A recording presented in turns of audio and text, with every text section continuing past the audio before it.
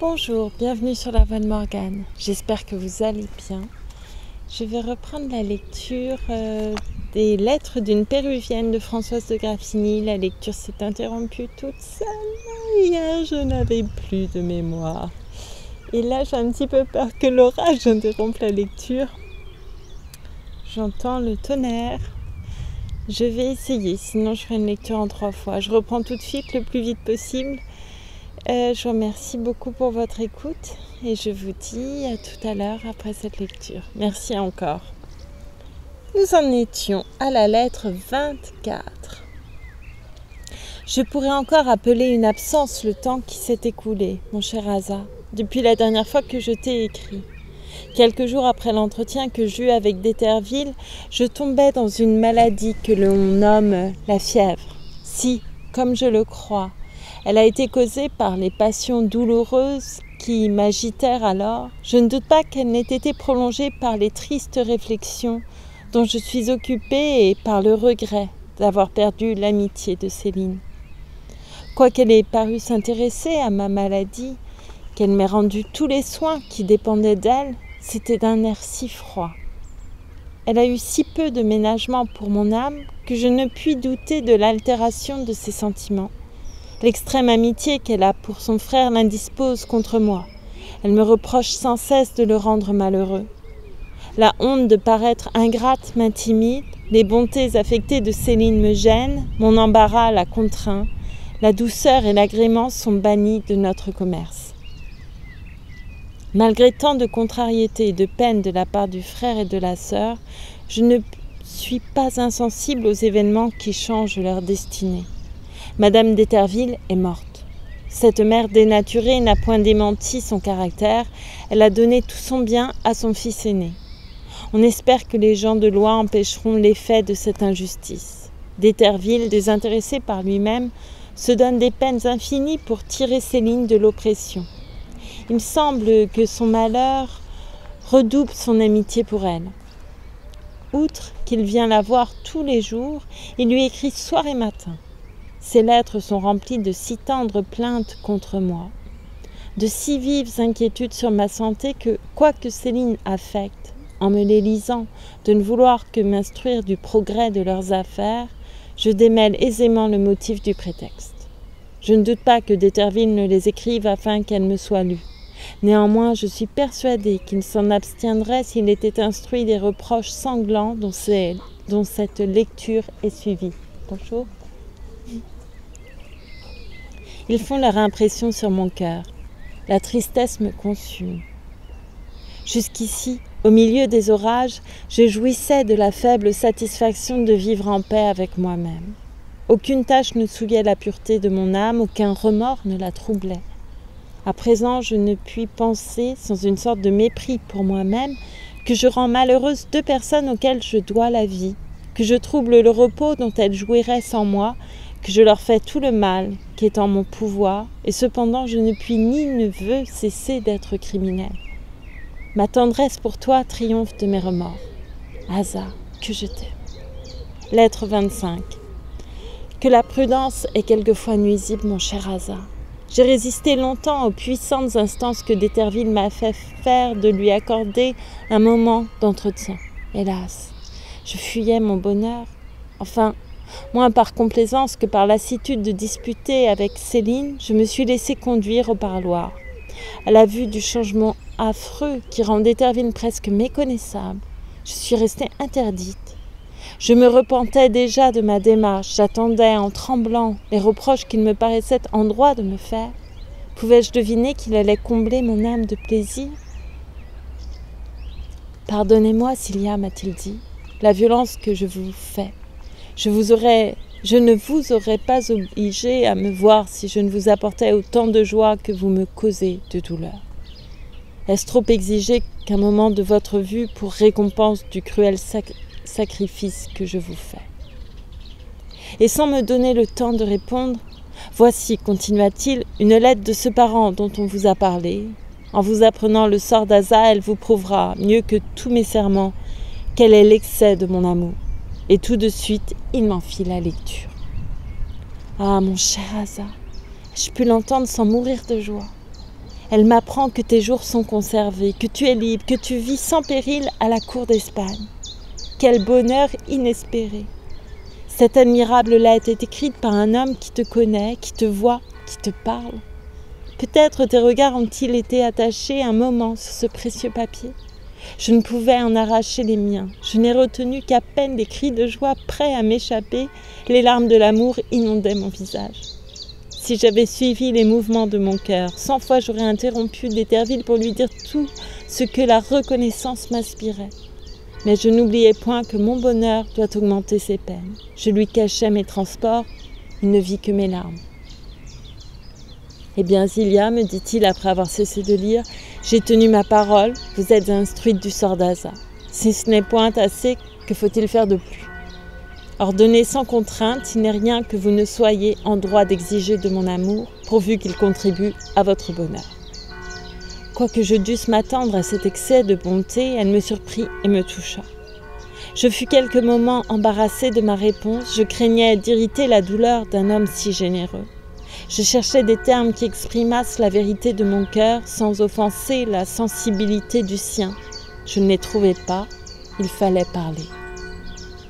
Mon bonheur, lui dis-je, ne sera jamais sans mélange, puisque je ne puis concilier les devoirs de l'amour avec ceux de l'amitié. Je voudrais regagner la vôtre et celle de Céline. Je voudrais ne vous point quitter, admirer sans cesse vos vertus, payer tous les jours de ma vie le tribut de reconnaissance que je dois à vos bontés. Je sens qu'en m'éloignant de deux personnes si chères, j'emporterai des regrets éternels. Mais quoi, Zilia, s'écria-t-il, vous voulez nous quitter? Je n'étais point préparée à cette funeste résolution. Je manque de courage pour la soutenir. J'en avais assez pour vous voir ici dans les bras de mon rival. L'effort de ma raison, la délicatesse de mon amour m'avaient affermi contre ce coup mortel. Je l'aurais préparé moi-même, mais je ne puis me séparer de vous, je ne puis renoncer à vous voir. Non, vous ne partirez point, continua-t-il avec emportement, n'y comptez pas, vous abusez de ma tendresse, vous déchirez sans pitié un cœur perdu d'amour.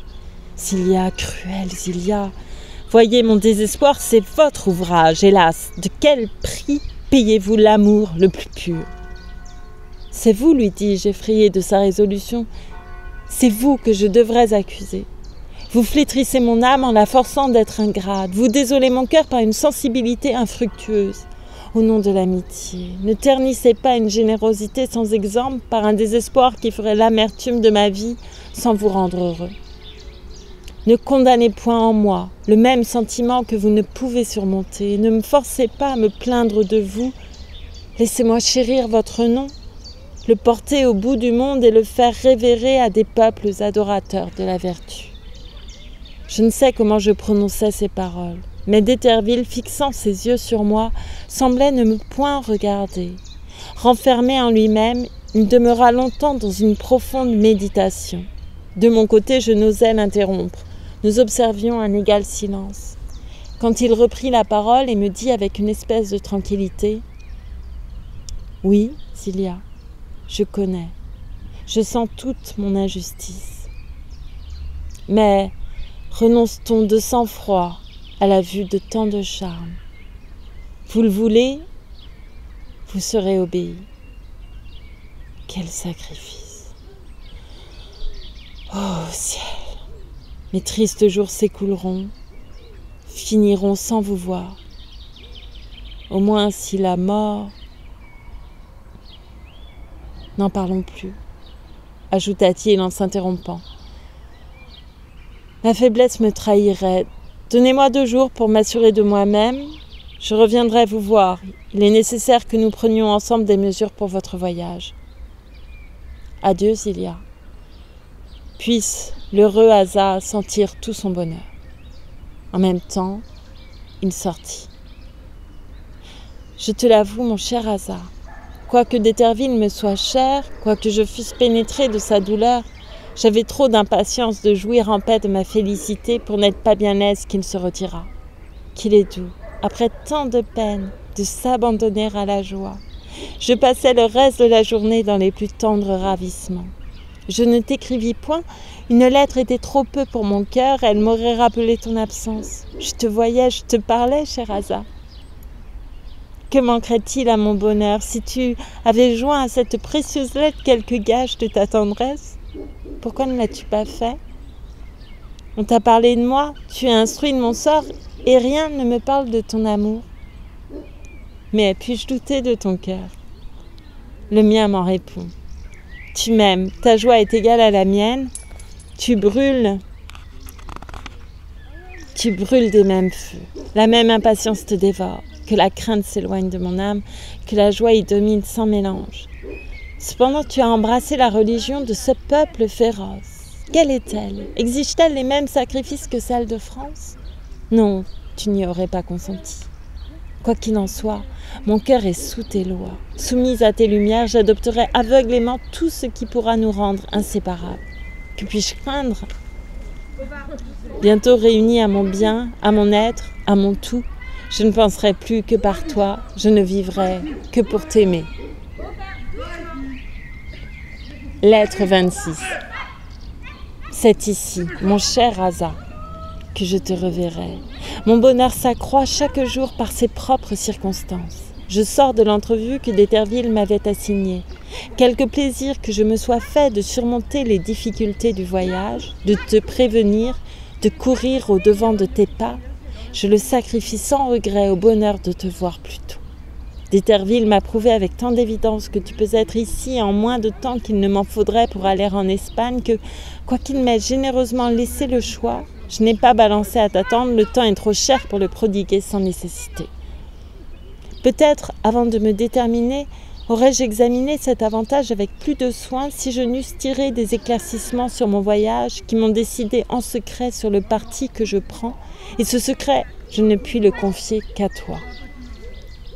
Je me suis souvenu que pendant la longue route qui m'a conduite à Paris, d'Éterville donnait des pièces d'argent et quelquefois d'or dans tous les endroits où nous nous arrêtions. J'ai voulu savoir si c'était par obligation ou par simple libéralité. J'ai appris qu'en France, non seulement on fait payer la nourriture aux voyageurs, mais même le repos. Hélas, je n'ai pas la moindre partie de ce qui serait nécessaire pour contenter l'intérêt de ce peuple avide.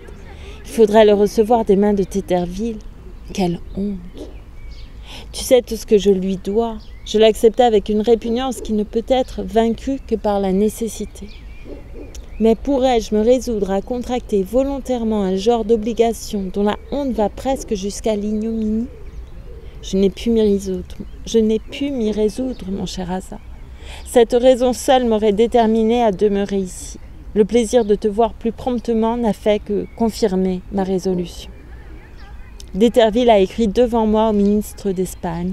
Il le presse de te faire partir, il lui indique les moyens de te faire conduire ici avec une générosité qui me pénètre de reconnaissance et d'admiration.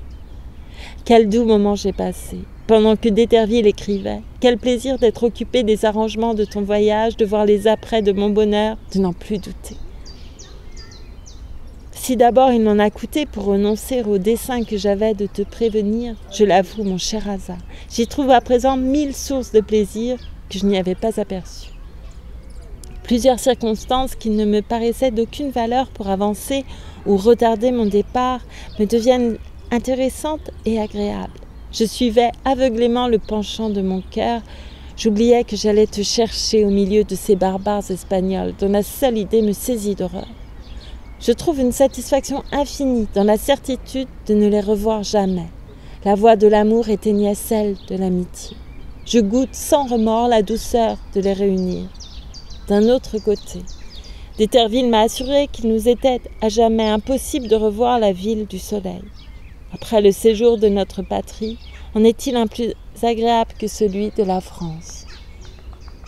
Il te plaira, mon cher Asa, quoique la sincérité en soit bannie, on y trouve tant d'agréments qu'ils font oublier les dangers de la société. Après ce que je t'ai dit de l'or, il n'est pas nécessaire de t'avertir d'en apporter, tu n'as que faire d'autres mérites. La moindre partie de tes trésors suffit pour te faire admirer et confondre l'orgueil des magnifiques indigents de ce royaume. Tes vertus et tes sentiments ne sont chéris que de moi. D'Éterville m'a promis de te faire rendre mes nœuds et mes lettres. Il m'a assuré que tu trouverais des interprètes pour t'expliquer les dernières. On vient me demander le paquet, il faut que je te quitte. Adieu, cher espoir de ma vie, je continuerai à t'écrire. Si je ne puis te faire passer mes lettres, je les garderai. Je te les garderai. Comment supporterais-je la longueur de ton voyage si je me privais du seul moyen que j'ai de m'entretenir de ma joie, de mes transports, de mon bonheur? Lettre 27. Depuis que je sais mes lettres en chemin, mon cher Asa, je jouis d'une tranquillité que je ne connaissais plus. Je pense sans cesse au plaisir que tu auras à les recevoir. Je vois tes transports, je les partage. Mon âme ne reçoit de toutes parts que des idées agréables. Et pour comble de joie, la paix est rétablie dans notre petite société. Les juges ont rendu à Céline les biens dont sa mère l'avait privée. Elle voit son amant tous les jours, son mariage n'est retardé que par les apprêts qui y sont nécessaires. Au comble de ses vœux, elle ne pense plus à me quereller, et je lui en ai autant d'obligations que si je devais à son amitié les bontés qu'elle recommence à me témoigner. Quel qu'en soit le motif, nous sommes toujours redevables à ceux qui nous font éprouver un sentiment doux. Ce matin, elle m'en a fait sentir tout le prix par une complaisance qui m'a fait passer d'un trouble fâcheux à une tranquillité agréable. On lui a apporté une quantité prodigieuse d'étoffes, d'habits, de bijoux de toutes espèces. Elle est accourue dans ma chambre, m'a emmenée dans la sienne et, après m'avoir consultée sur les différentes beautés de tant d'ajustements, elle a fait d'elle-même un tas de ce qui avait le plus attiré mon attention et d'un air empressé, elle commandait déjà à nos chinas de le porter chez moi quand je m'y suis opposée de toutes mes forces. Mes instances n'ont d'abord servi qu'à la divertir, mais voyant que son obstination augmentait avec mes refus, je n'ai pu dissimuler davantage mon ressentiment. Pourquoi lui ai-je dit les yeux baignés de larmes? Pourquoi voulez-vous m'humilier plus que je ne le suis? Je vous dois la vie et tout ce que j'ai. C'est plus qu'il n'en faut pour ne point oublier mes malheurs. Je sais que selon vos lois, quand les bienfaits ne sont d'aucune utilité à ceux qui les reçoivent, la honte en est effacée. Attendez donc que je n'en ai plus aucun besoin pour exercer votre générosité. Ce n'est pas sans répugnance, ajoutai-je d'un ton plus modéré, que je me conforme à des sentiments si peu naturels. Nos usages sont plus humains. Celui qui reçoit s'honore autant que celui qui donne. Vous m'avez appris à penser autrement. N'était-ce donc que pour me faire des outrages? Cet aimable ami, plus touché de mes larmes qu'irrité de mes reproches, m'a répondu d'un ton d'amitié. Nous sommes bien éloignés, mon frère et moi, ma chère Zilia, de vouloir blesser votre délicatesse. Il nous siérait mal de faire les magnifiques avec vous. Vous le connaîtrez dans peu. Je voulais seulement que vous partagissiez avec moi les présents d'un frère généreux. C'était le plus sûr moyen de lui en marquer ma reconnaissance. L'usage, dans le cas où je suis, m'autorisait à vous les offrir, mais puisque vous en êtes offensé, je ne vous en parlerai plus. Vous me le promettez donc, lui ai-je dit? Oui, m'a-t-elle répondu en souriant, mais permettez-moi d'écrire un mot à D'Eterville. Je l'ai laissé faire et la gaieté s'est rétablie entre nous. Nous avons recommencé à examiner ses parures plus en détail jusqu'au temps où on l'a demandé au parloir. Elle voulait m'y mener, mais, mon cher Asa, est-il pour moi quelques amusements comparables à celui de t'écrire? Loin d'en chercher d'autres, j'appréhende d'avance ce que l'on me prépare. Céline va se marier. Elle prétend m'emmener avec elle. Elle veut que je quitte la maison religieuse pour demeurer dans la sienne.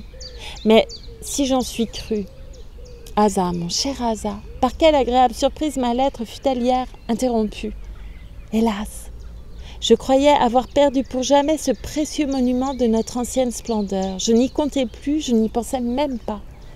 J'en suis environnée, je les vois, je les touche, et j'en crois à peine mes yeux et mes mains.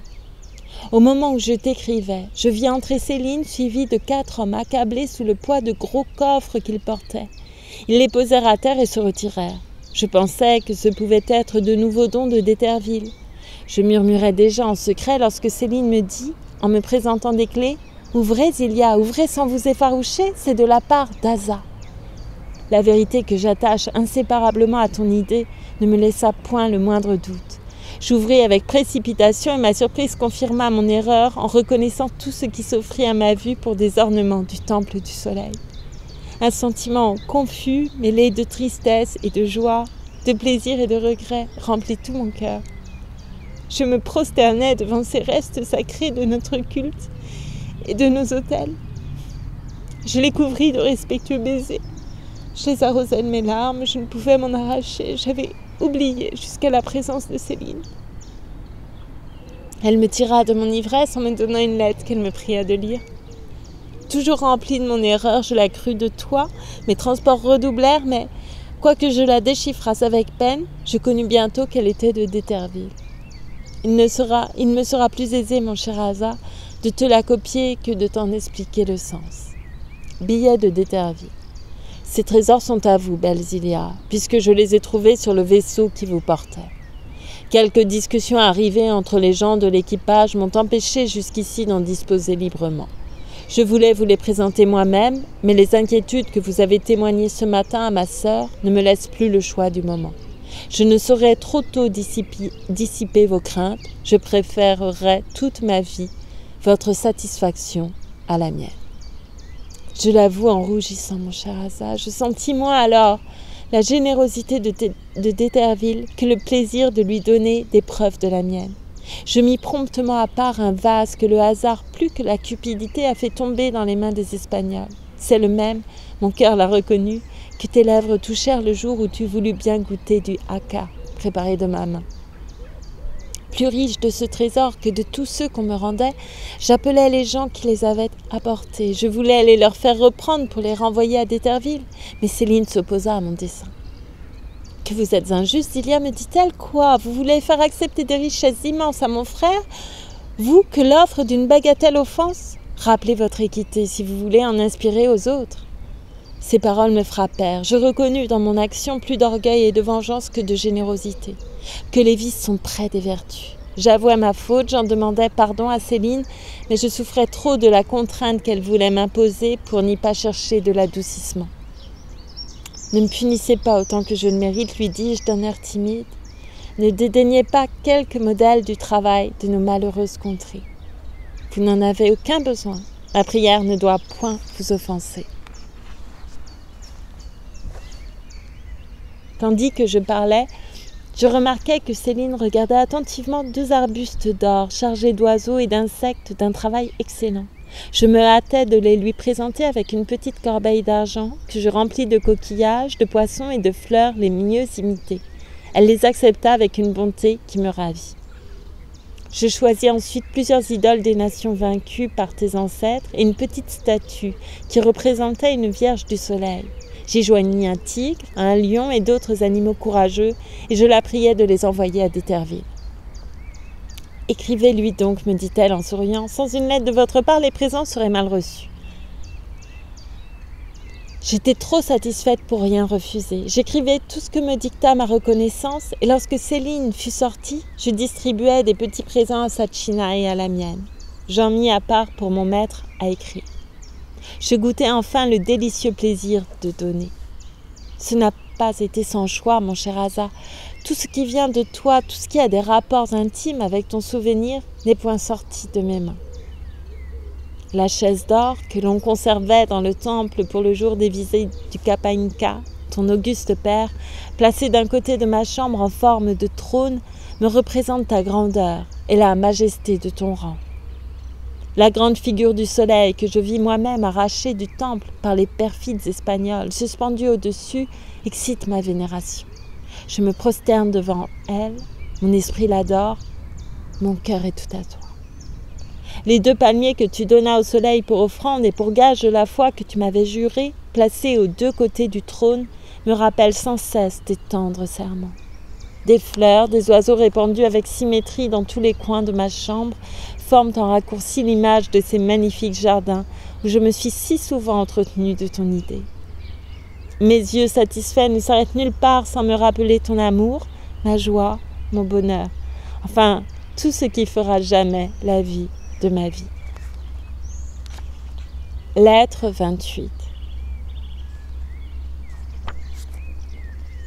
C'est vainement, mon cher Asa, que j'ai employé les prières, les plaintes, les instances pour ne point quitter ma retraite. Il a fallu céder aux importunités de Céline. Nous sommes depuis 3 jours à la campagne où son mariage fut célébré en y arrivant.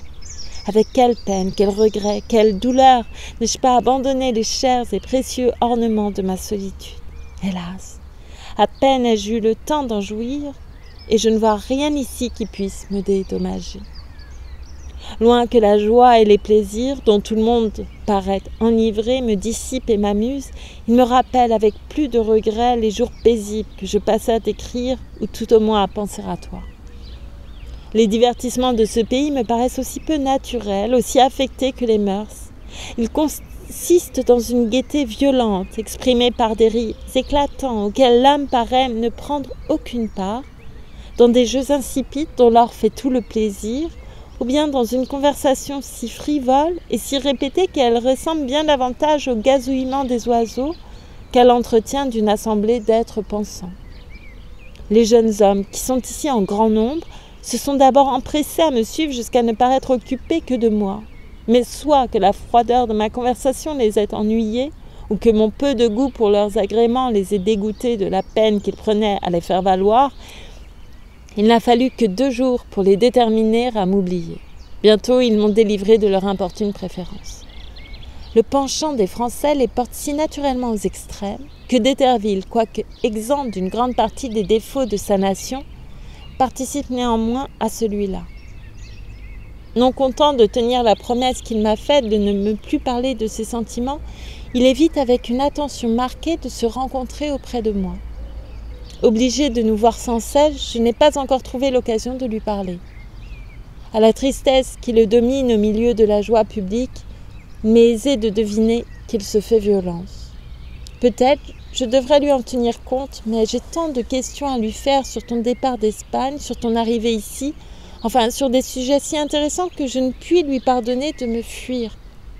Je sens un désir violent de l'obliger à me parler et la crainte de réveiller ses plaintes et ses regrets me retient. Céline, tout occupée de son nouvel époux, ne m'est d'aucun secours, le reste de la compagnie ne m'est point agréable. Ainsi, seule au milieu d'une assemblée tumultueuse, je n'ai d'amusement que mes pensées. Elles sont toutes à toi, mon cher Asa. Tu seras jamais le seul confident de mon cœur, de mes plaisirs et de mon bonheur. Lettre 29.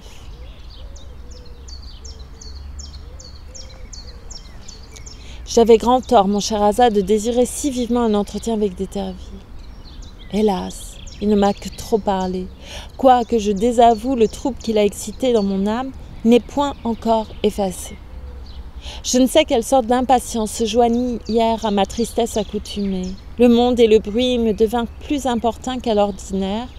Jusqu'à la tendre satisfaction de Céline et de son époux, tout ce que je voyais m'inspirait une indignation approchante du mépris. Honteuse de trouver des sentiments si injustes dans mon cœur, j'allais cacher l'embarras qu'il me causait dans l'endroit le plus reculé du jardin. À peine m'étais-je assise au pied d'un arbre que des larmes involontaires coulèrent de mes yeux. Le visage caché dans mes mains, j'étais ensevelie dans une rêverie si profonde que d'Éterville était à genoux à côté de moi avant que je l'eusse aperçu. « Ne vous offensez pas, Ilia, me dit-il, c'est le hasard qui m'a conduit à vos pieds, je ne vous cherchais pas. Importunée du tumulte, je venais jouir en paix de ma douleur. Je vous ai aperçu, j'ai combattu avec moi-même pour m'éloigner de vous, mais je suis trop malheureux pour l'être sans relâche. Par pitié pour moi, je me suis approchée, j'ai vu couler vos larmes. Je n'ai plus été le maître de mon cœur. Cependant, si vous m'ordonnez de vous fuir, je vous obéirai. Le pourrez-vous, Ilia? Vous suis-je, ô Dieu? Non, lui dis-je, au contraire. Asseyez-vous. Je suis bien aise de trouver une occasion de m'expliquer depuis vos derniers bienfaits.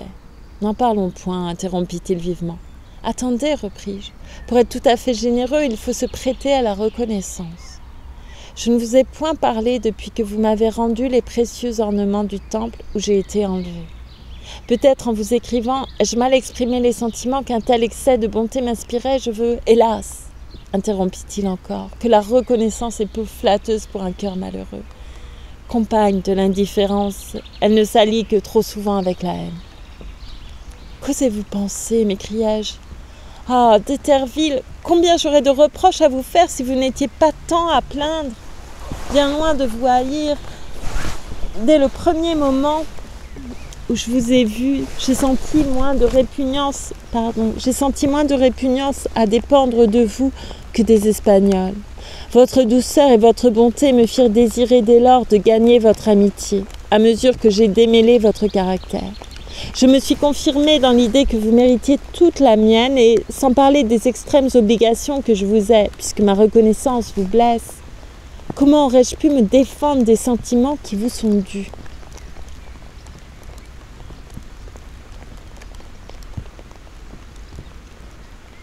Je n'ai trouvé que vos vertus dignes de la simplicité des nôtres. Un fils du soleil s'honorerait de vos sentiments. Votre raison est presque celle de la nature. Combien de motifs pour vous chérir. Jusqu'à la noblesse de votre figure, tout me plaît en vous. L'amitié a des yeux aussi bien que l'amour. Autrefois, après un moment d'absence,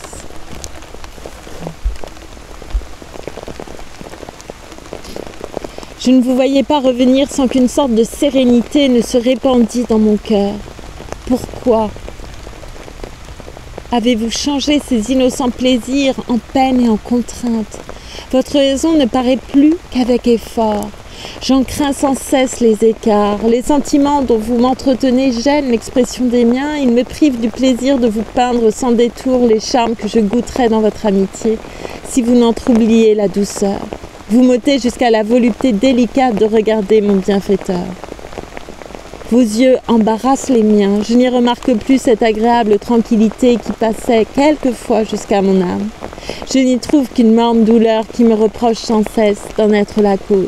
Ah, d'Éterville, que vous êtes injuste, si vous croyez souffrir seul. Je vais tourner pour protéger.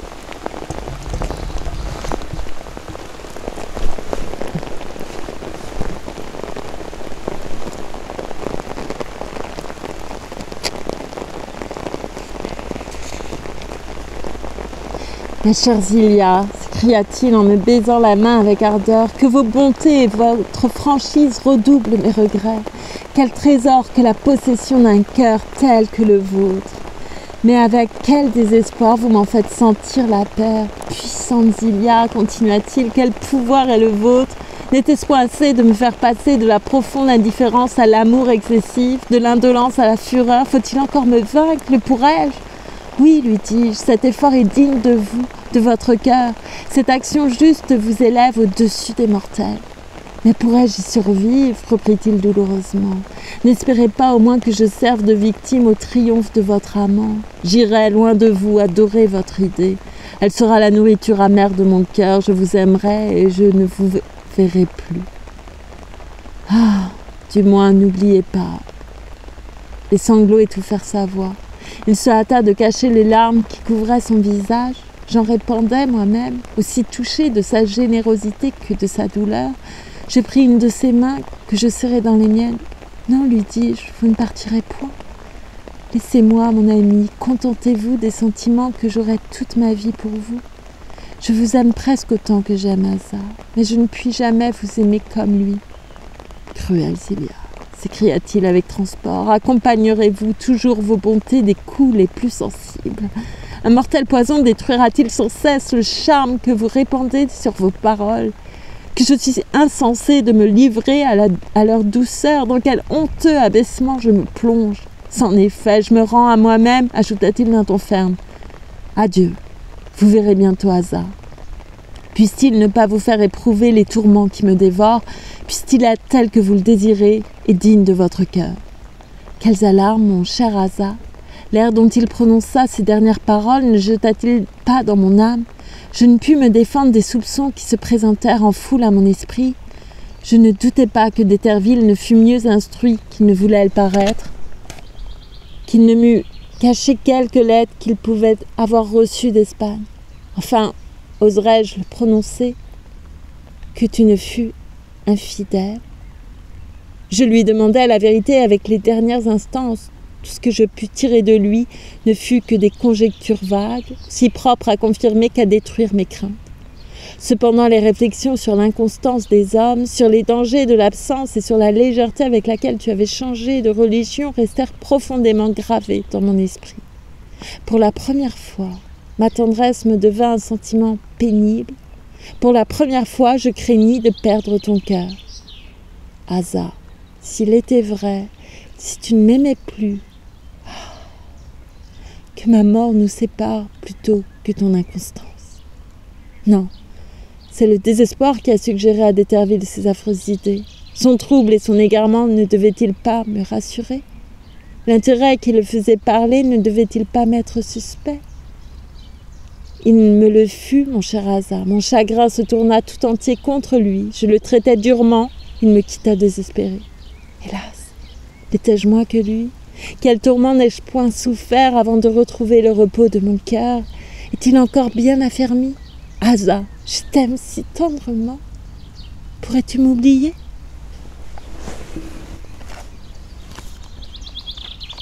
Lettre 30. Que ton voyage est long, mon cher Asa. Que je désire ardemment ton arrivée. Le temps a dissipé mes inquiétudes. Je ne les vois plus que comme un songe dont la lumière du jour efface l'impression. Je me fais un crime de t'avoir soupçonné et mon repentir redouble ma tendresse. Il a presque entièrement détruit la pitié que me causaient les peines de d'Eterville. Je ne puis lui pardonner la mauvaise opinion qu'il semble avoir de toi. J'en ai bien moins de regret d'être en quelque façon séparée de lui. Nous sommes à Paris depuis 15 jours. Je demeure avec Céline dans la maison de son mari, assez éloignée de celle de son frère pour n'être point obligée à le voir à toute heure. Il vient souvent y manger, mais nous menons une vie si agitée, Céline et moi, qu'il n'a pas le loisir de me parler en particulier. Depuis notre retour, nous employons une partie de la journée au travail pénible de notre ajustement et le reste à ce que l'on appelle rendre des devoirs. Ces deux occupations me paraîtraient aussi infructueuses qu'elles sont fatigantes si la dernière ne me procurait les moyens de m'instruire plus particulièrement des usages de ce pays. À mon arrivée en France, n'entendant pas la langue, je ne pouvais juger que sur les dehors. Peu instruite dans la maison religieuse, je n'ai guère été davantage à la campagne, où je n'ai vu qu'une société particulière dont j'étais trop ennuyée pour l'examiner. Ce n'est qu'ici, où répandue dans ce que l'on appelle le grand monde, je vois la nation entière.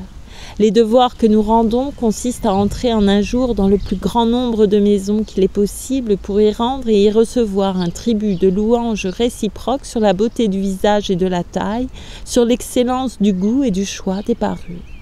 Je n'ai pas été longtemps sans m'apercevoir de la raison qui fait prendre tant de peine pour acquérir cet hommage. C'est qu'il faut nécessairement le recevoir en personne, encore n'est-il que bien momentané.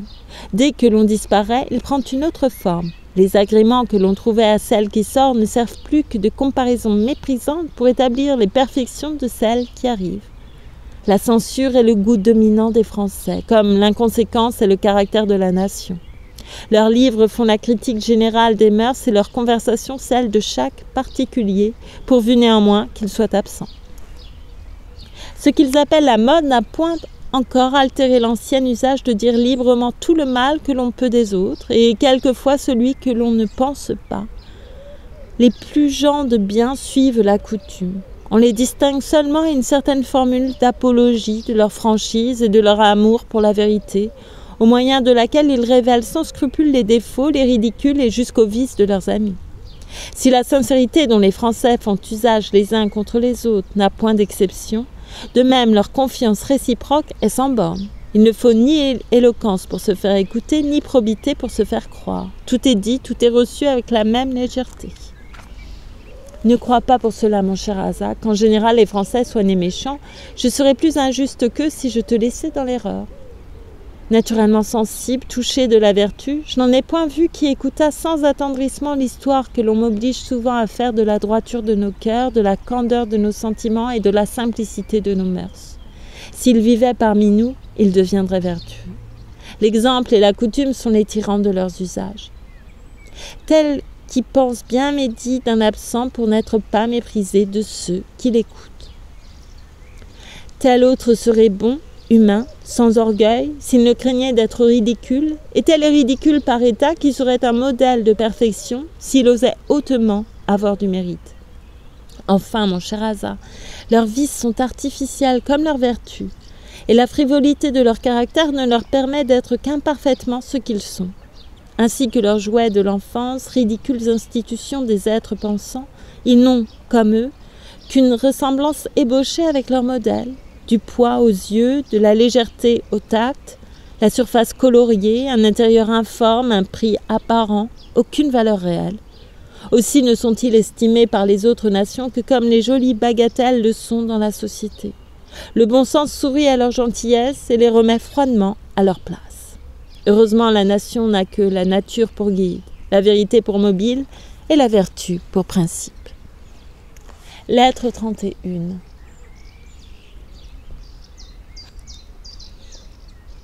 Il n'est pas surprenant, mon cher Asa, que l'inconséquence soit une suite du caractère léger des Français. Mais je ne puis assez m'étonner de ce qu'avec autant et plus de lumière qu'aucune autre nation, ils semblent ne pas apercevoir les contradictions choquantes que les étrangers remarquent en eux dès la première vue. Parmi le grand nombre de celles qui me frappent tous les jours, je n'en vois point de plus déshonorante pour leur esprit que leur façon de penser sur les femmes. Ils les respectent, mon cher Asa, et en même temps, ils les méprisent avec un égal excès. La première loi de leur politesse, ou si tu veux de leur vertu, car je ne leur en connais point d'autre, regarde les femmes. L'homme du plus haut rang doit des égards à celle de la plus vile condition. Il se couvrirait de honte et de ce qu'on appelle ridicule s'il lui faisait quelque insulte personnelle. Et cependant, l'homme le moins considérable, le moins estimé, peut tromper, trahir une femme de mérite, noircir sa réputation par des calomnies, sans crainte ni blâme, ni punition. Si je n'étais assurée que bientôt tu pourras en juger par toi-même, oserais-je te peindre des contrastes que la simplicité de nos esprits peut à peine concevoir. Dociles aux notions de la nature, notre génie ne va pas au-delà.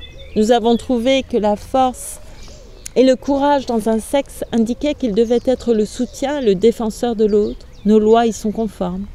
Ici, loin de compatir à la faiblesse des femmes, celles du peuple accablées de travail n'en sont soulagées ni par les lois ni par leurs maris.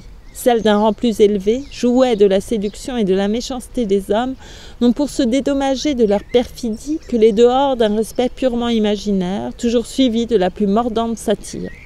Je m'étais bien aperçue en entrant dans le monde que la censure habituelle de la nation tombait principalement sur les femmes, et que les hommes entre eux ne se méprisaient qu'avec ménagement. J'en cherchais la cause dans leurs bonnes qualités, lorsqu'un accident me l'a fait découvrir parmi leurs défauts. Dans toutes les maisons où nous sommes entrés depuis 2 jours, on a raconté la mort d'un jeune homme tué par un de ses amis. Et l'on approuvait cette action barbare par la seule raison que le mort avait parlé au désavantage du vivant. Cette nouvelle extravagance me parut d'un caractère assez sérieux pour être approfondie. Je m'informai et j'appris, mon cher Asa, qu'un homme est obligé d'exposer sa vie pour la ravir à un autre s'il apprend que cet autre a tenu quelque discours contre lui ou à se bannir de la société s'il refuse de prendre une vengeance si cruelle. Il n'en fallut pas davantage pour m'ouvrir les yeux sur ce que je cherchais. Il est clair que les hommes naturellement lâches, sans honte et sans remords, ne craignent que les punitions corporelles et que, si les femmes étaient autorisées à punir les outrages qu'on leur fait de la même manière dont ils sont obligés de se venger de la plus légère insulte, telle que l'on voit reçue et accueillie dans la société, ne le serait plus ou, retiré dans un désert, il y cacherait sa honte et sa mauvaise foi. Mais les lâches n'ont rien à craindre. Ils ont trop bien fondé cet abus pour le voir jamais abolir. L'impudence et l'effronterie sont les premiers sentiments que l'on inspire aux hommes. La timidité, la douceur et la patience sont les seules vertus que l'on cultive dans les femmes. Comment ne seraient-elles pas les victimes de l'impunité ? Oh, mon cher Asa, que les vices brillants d'une nation, d'ailleurs charmante, ne nous dégoûtent point de la naïve simplicité de nos mœurs. N'oublions jamais, toi, l'obligation où tu es d'être mon exemple, mon guide et mon soutien dans le chemin de la vertu, et moi, celle où je suis de conserver ton estime et ton amour, en imitant mon modèle, en le surpassant même s'il est possible, en méritant un respect fondé sur le mérite et non pas sur un frivole usage.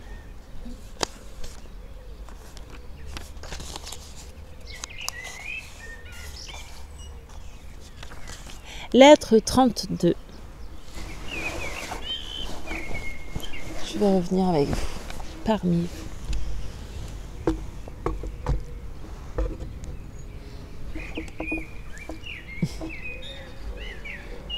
Je m'éloigne un peu. Lettre 32. Nos visites et nos fatigues, mon cher Asa, ne pouvaient se terminer plus agréablement. Quelle journée délicieuse j'ai passée hier. Combien les nouvelles obligations que j'ai à d'Éterville et à sa sœur me sont agréables. Mais combien elles me seront chères quand je pourrai les partager avec toi. Après 2 jours de repos, nous partîmes hier matin de Paris, Céline, son frère, son mari et moi, pour aller, disait-elle, rendre une visite à la meilleure de ses amies. Le voyage ne fut pas long, nous arrivâmes de très bonne heure à une maison de campagne dont la situation et les approches me parurent admirables, mais ce qui m'étonna en y entrant fut d'en trouver toutes les portes ouvertes et de n'y rencontrer personne.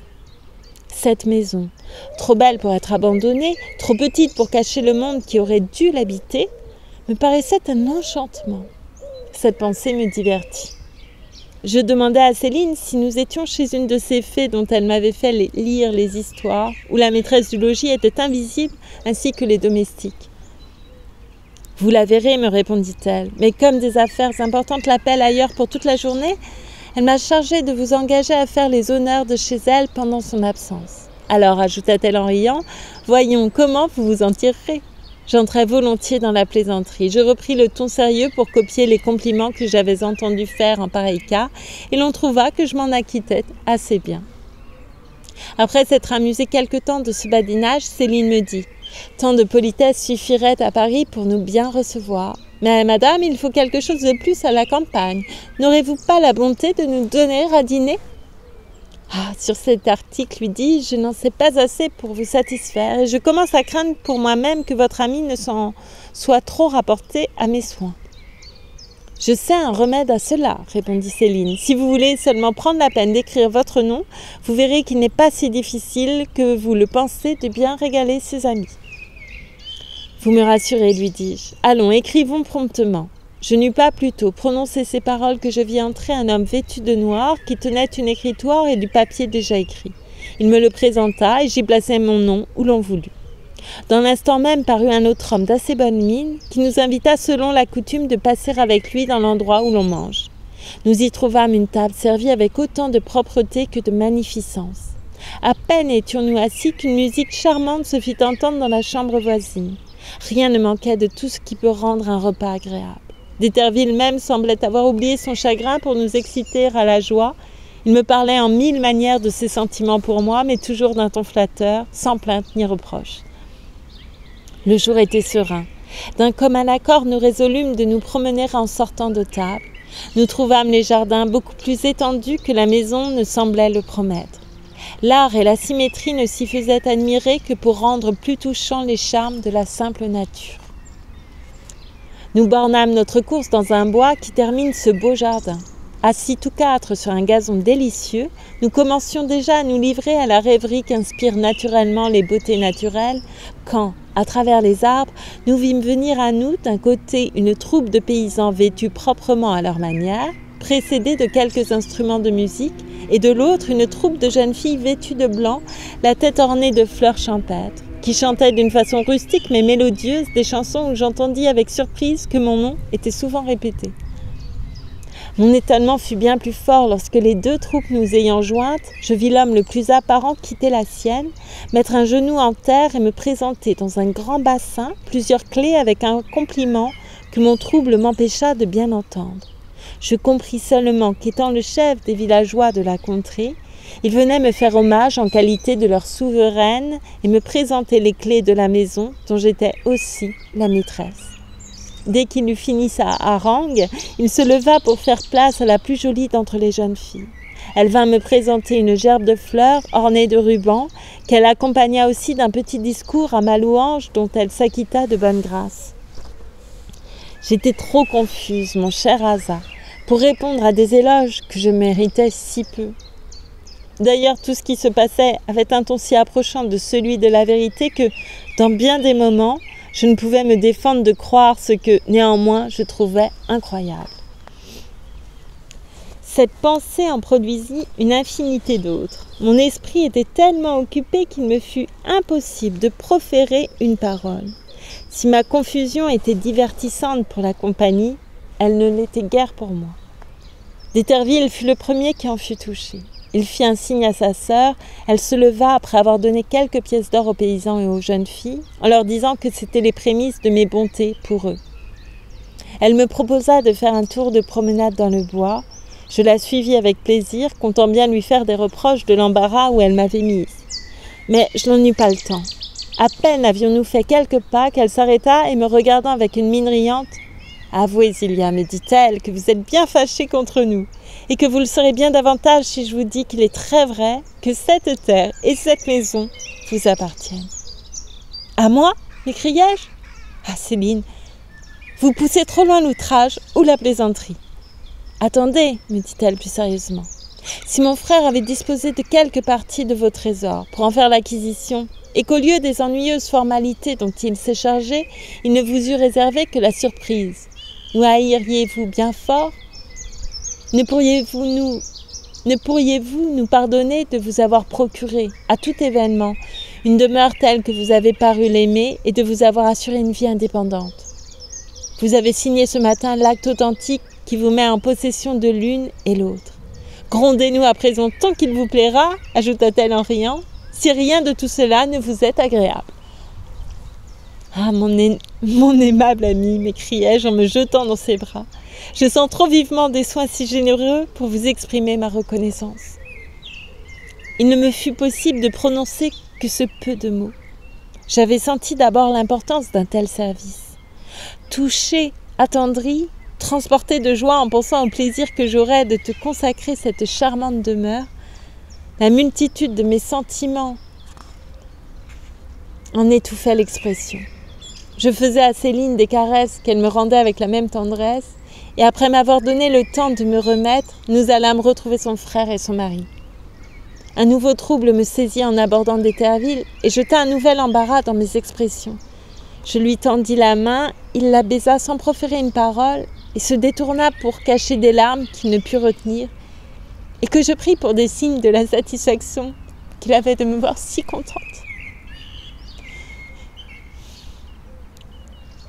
J'en fus attendrie jusqu'à en verser aussi quelques-unes. Le mari de Céline, moins intéressé que nous à ce qui se passait, remit bientôt la conversation sur le ton de plaisanterie. Il me fit des compliments sur ma nouvelle dignité et nous engagea à retourner à la maison pour en examiner, disait-il, les défauts et faire voir à d'Éterville que son goût n'était pas aussi sûr qu'il s'en flattait. Tel l'avouerai-je, mon cher Asa, tout ce qui s'offrait à mon passage me parut prendre une nouvelle forme. Les fleurs me semblaient plus belles, les arbres plus verts, la symétrie des jardins mieux ordonnée. Je trouvais la maison plus riante, les meubles plus riches, les moindres bagatelles m'étaient devenues intéressantes. Je parcourus les appartements dans une ivresse de joie qui ne me permettait pas de rien examiner. Le seul endroit où je m'arrêtais fut dans une assez grande chambre entourée d'un grillage d'or, légèrement travaillé, qui renfermait une infinité de livres de toutes couleurs, de toutes formes et d'une propreté admirable. J'étais dans un tel enchantement que je croyais ne pouvoir les quitter sans les avoir tous lus. Céline m'en arracha en me faisant souvenir d'une clé d'or que d'Éterville m'avait remise. Nous cherchâmes à l'employer, mais nos recherches auraient été inutiles s'il ne nous eût montré la porte qu'elle devait ouvrir, confondue avec art dans les lambris. Il était impossible de la découvrir sans en savoir le secret. Je l'ouvris avec précipitation et je restai immobile à la vue des magnificences qu'elle renfermait. C'était un cabinet tout brillant de glace et de peinture. Les lambris à fond vert, ornés de figures extrêmement bien dessinées, imitaient une partie des jeux et des cérémonies de la ville du soleil, telles à peu près que je les avais racontées à d'Éterville. On y voyait nos vierges, représentées en 1000 endroits avec le même habillement que je portais en arrivant en France. On disait même qu'elles me ressemblaient. Les ornements du temple que j'avais laissés dans la maison religieuse, soutenus par des pyramides dorées, ornaient tous les coins de ce magnifique cabinet. La figure du soleil, suspendue au milieu d'un plafond peint des plus belles couleurs du ciel, achevait par son éclat d'embellir cette charmante solitude et des meubles commodes assortis aux peintures la rendaient délicieuse. En examinant de plus près ce que j'étais ravie de retrouver, je m'aperçus que la chaise d'or y manquait, quoique je me gardasse bien d'en parler. D'Éterville me devina. Il saisit ce moment pour s'expliquer. « Vous cherchez inutilement, Belzilia, me dit-il. Par un pouvoir magique, la chaise de l'Inca s'est transformée en maison, en jardin, en terre. Si je n'ai pas employé ma propre science à cette métamorphose, ce n'a pas été sans regret, mais il a fallu respecter votre délicatesse. Voici, me dit-il, en ouvrant une petite armoire, pratiquée adroitement dans le mur, voici les débris de l'opération magique. » En même temps, il me fit voir une cassette remplie de pièces d'or à l'usage de France. « Ceci, vous le savez, continua-t-il, n'est pas ce qui est le moins nécessaire parmi nous. J'ai cru devoir vous en conserver une petite provision. »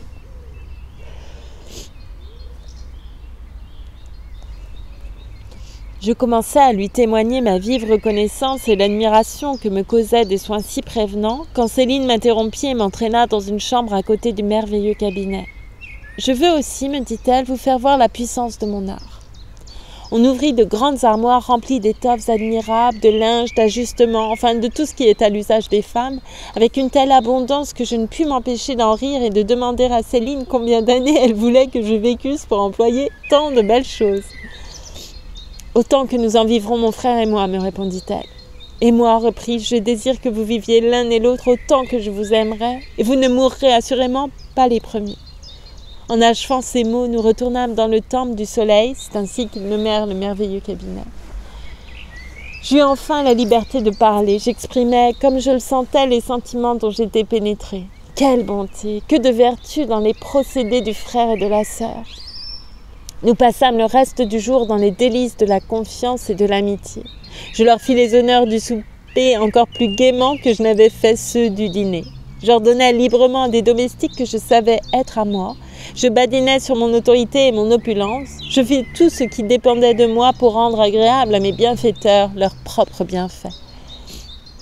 Je crus cependant m'apercevoir qu'à mesure que le temps s'écoulait, d'Éterville retombait dans sa mélancolie, et même qu'il échappait de temps en temps des larmes à Céline. Mais l'un et l'autre prenaient si promptement un air serein que je crus m'être trompée. Je fis mes efforts pour les engager à jouir quelques jours avec moi du bonheur qu'ils me procuraient. Je ne pus l'obtenir. Nous sommes revenus cette nuit en nous promettant de retourner incessamment dans mon palais enchanté. Oh mon cher Asa, quelle sera ma félicité quand je pourrai l'habiter avec toi. Excusez-moi, est-ce que je suis... Apparemment, je suis quelqu'un de prévoyant. Pardon.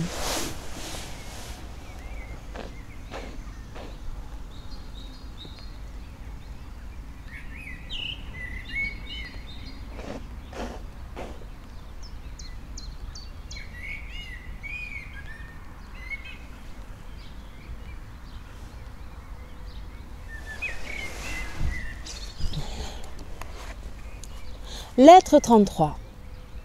La tristesse de d'Éterville et de sa sœur, mon cher Asa, n'a fait qu'augmenter depuis notre retour de mon palais enchanté. Ils me sont trop chers l'un et l'autre pour ne m'être pas empressée à leur en demander le motif, mais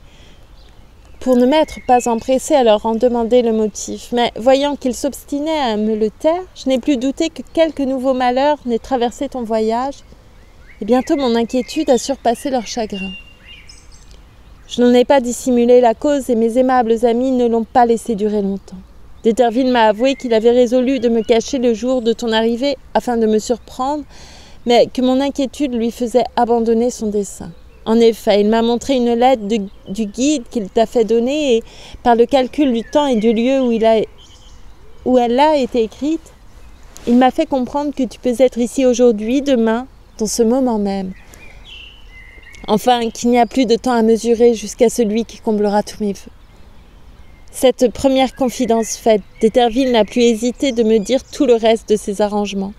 Il m'a fait voir l'appartement qu'il te destine, tu logeras ici, jusqu'à ce qu'unis ensemble, la décence nous permette d'habiter mon délicieux château.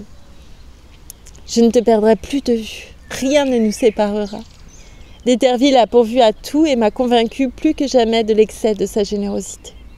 Après cet éclaircissement, je ne cherche plus d'autre cause à la tristesse qui le dévore que ta prochaine arrivée. Je le plains. Je compatis à sa douleur, je lui souhaite un bonheur qui ne dépende point de mes sentiments et qui soit une digne récompense de sa vertu. Je dissimule même une partie des transports de ma joie pour ne pas irriter sa peine. C'est tout ce que je puis faire, mais je suis trop occupée de mon bonheur pour le renfermer entièrement en moi-même. Ainsi, quoique je te croie fort près de moi, que je tressaille au moindre bruit, que j'interrompe ma lettre presque à chaque mot pour courir à la fenêtre, je ne laisse pas de continuer à t'écrire. Il faut ce soulagement au transport de mon cœur. Tu es plus près de moi, il est vrai, mais ton absence en est tellement réelle que si les mers nous séparaient encore. Je ne te vois point, tu ne peux m'entendre. Pourquoi cesserais-je de m'entretenir avec toi de la seule façon dont je puis le faire?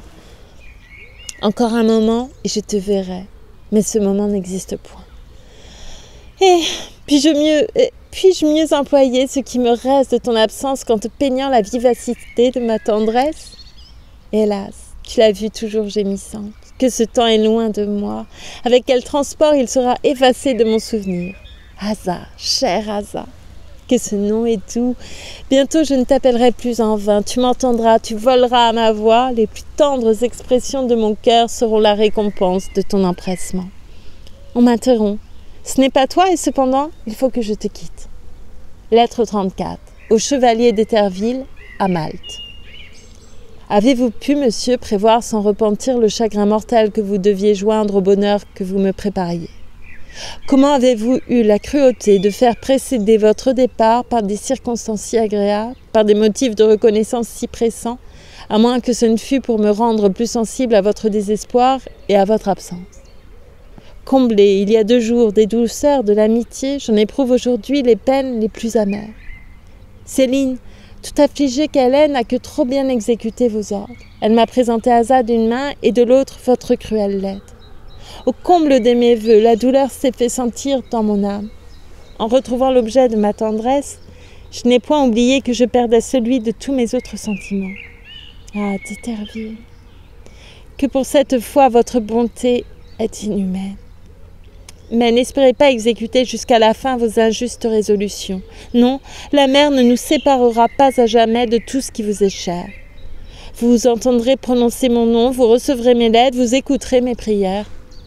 Le sang et l'amitié reprendront leurs droits sur votre cœur. Vous vous rendrez à une famille à laquelle je suis responsable de votre perte. Quoi, pour récompense de tant de bienfaits, j'empoisonnerai vos jours et ceux de votre sœur? Je romprai une si tendre union? Je porterai le désespoir dans vos cœurs, même en jouissant encore de vos bontés? Non, ne le croyez pas. Je ne me vois qu'avec horreur dans une maison que je remplis de deuil. Je reconnais vos soins au bon traitement que je reçois de Céline, au moment même où je lui pardonnerai de me haïr, mais quel qu'il soit, j'y renonce, et je m'éloigne pour jamais des lieux que je ne puis souffrir si vous n'y revenez. Que vous êtes aveugle d'Éterville? Quelle erreur vous entraîne dans un dessein si contraire à vos vues? Vous vouliez me rendre heureuse, vous ne me rendez que coupable. Vous vouliez sécher mes larmes, vous les faites couler et vous perdez par votre éloignement le fruit de votre sacrifice. Hélas, peut-être n'auriez-vous trouvé que trop de douceur dans cette entrevue que vous avez crue si redoutable pour vous. Cet Asa, l'objet de tant d'amour, n'est plus le même Asa que je vous ai peint avec des couleurs si tendres. Le froid de son abord, l'éloge des Espagnols, dont 100 fois il a interrompu le plus doux épanchement de mon âme, la curiosité offensante qu'il arrache à mes transports pour visiter les raretés de Paris, tout me fait craindre des maux dont mon cœur frémit. Ah, d'Éterville, peut-être ne serez-vous pas longtemps le plus malheureux. Si la pitié de vous-même ne peut rien sur vous, que les devoirs de l'amitié vous ramènent, elle est le seul asile de l'amour infortuné. Si les maux que je redoute allaient m'accabler, quels reproches n'auriez-vous pas à vous faire? Si vous m'abandonnez, où trouverais-je des cœurs sensibles à mes peines? La générosité, jusqu'ici la plus forte de vos passions, céderait-elle enfin à l'amour mécontent? Non, je ne puis le croire. Cette faiblesse serait indigne de vous. Vous êtes incapable de vous y livrer. Mais venez m'en convaincre si vous aimez votre gloire et mon repos. Lettre 35. Au chevalier d'Éterville à Malte. Si vous n'étiez la plus noble des créatures, monsieur, je serais la plus humiliée. Si vous n'aviez l'âme la plus humaine, le cœur le plus compatissant, serait-ce à vous que je ferais l'aveu de ma honte et de mon désespoir? Mais hélas, que me reste-t-il à craindre? Qu'ai-je à ménager? tout est perdu pour moi. Ce n'est plus la perte de ma liberté, de mon rang, de ma patrie que je regrette. Ce ne sont plus les inquiétudes d'une tendresse innocente qui m'arrache des pleurs. C'est la bonne foi violée, c'est l'amour méprisé qui déchire mon âme. Asa est infidèle. Asa infidèle. Que ces funestes mots ont de pouvoir sur mon âme. Mon sang se glace. Un torrent de larmes. J'ai appris des Espagnols à connaître les malheurs, mais le dernier de leurs coups est le plus sensible. Ce sont eux qui m'enlèvent le cœur d'Asa. C'est leur cruelle religion qui me rend odieuse à ses yeux. Elle approuve, elle ordonne l'infidélité, la perfidie, l'ingratitude, mais elle défend l'amour de ses proches. Si j'étais étrangère, inconnue, Asa pourrait m'aimer. Uni par les liens du sang, il doit m'abandonner, m'ôter la vie sans honte, sans regret, sans remords. Hélas, toute bizarre qu'est cette religion, s'il n'avait fallu que l'embrasser pour retrouver le bien qu'elle m'arrache sans corrompre mon cœur par ses principes, j'aurais soumis mon esprit à ses illusions. Dans l'amertume de mon âme, j'ai demandé d'être instruite. Mes pleurs n'ont point été écoutés. Je ne puis être admise dans une société si pure, sans abandonner le motif qui me détermine, sans renoncer à ma tendresse, c'est-à-dire sans changer mon existence. Je l'avoue, cette extrême sévérité me frappe autant qu'elle me révolte. Je ne puis refuser une sorte de vénération à des lois qui me tuent. Mais est-il en mon pouvoir de les adopter? Et quand je les adopterai, quel avantage m'en reviendrait-il? Asa n'est même plus. Ah, malheureuse. Le cruel Asa n'a conservé de la candeur de nos mœurs que le respect pour la vérité dont il fait un si funeste usage. Séduit par les charmes d'une jeune Espagnole, prêt à s'unir à elle, il n'a consenti à venir en France que pour se dégager de la foi qu'il m'avait jurée, que pour ne me laisser aucun doute sur ses sentiments, que pour me rendre une liberté que je déteste, que pour m'ôter la vie.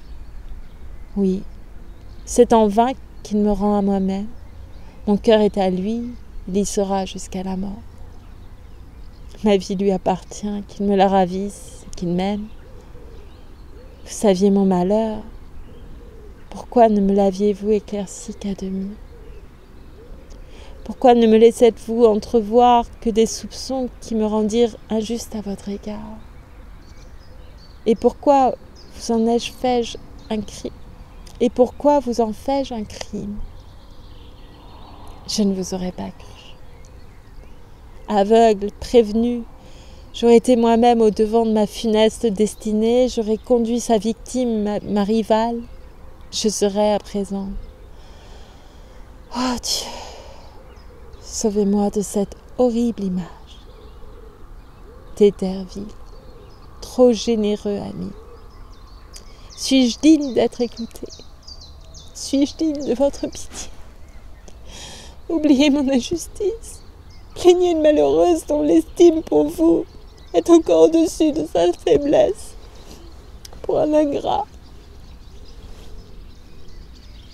Lettre 36. Au chevalier d'Éderville, à Malte. Puisque vous vous plaignez de moi, monsieur, vous ignorez l'état dont les cruels soins de ces lignes viennent de me tirer. Comment vous aurais-je écrit? Je ne pensais plus. S'il m'était resté quelques sentiments, sans doute la confiance en vous en eût été un, mais environné des ombres de la mort, le sang glacé dans les veines, j'ai longtemps ignoré ma propre existence. J'avais oublié jusqu'à mon malheur. Ah Dieu! Pourquoi, en me rappelant à la vie, m'a-t-on rappelé à ce funeste souvenir? Il est parti, je ne le verrai plus. Il me fuit, il ne m'aime plus. Il me l'a dit, tout est fini pour moi. Il prend une autre épouse, il m'abandonne. L'honneur l'y condamne. Eh bien, cruel hasard, puisque le fantastique honneur de l'Europe a des charmes pour toi, que n'imitais-tu aussi l'art qui l'accompagne? Heureuse Française, on vous trahit, mais vous jouissez longtemps d'une erreur qui ferait à présent tout mon bien. On vous prépare au coup mortel qui me tue. Funeste sincérité de ma nation, vous pouvez donc cesser d'être une vertu. Courage, fermeté, vous êtes donc des crimes quand l'occasion le veut?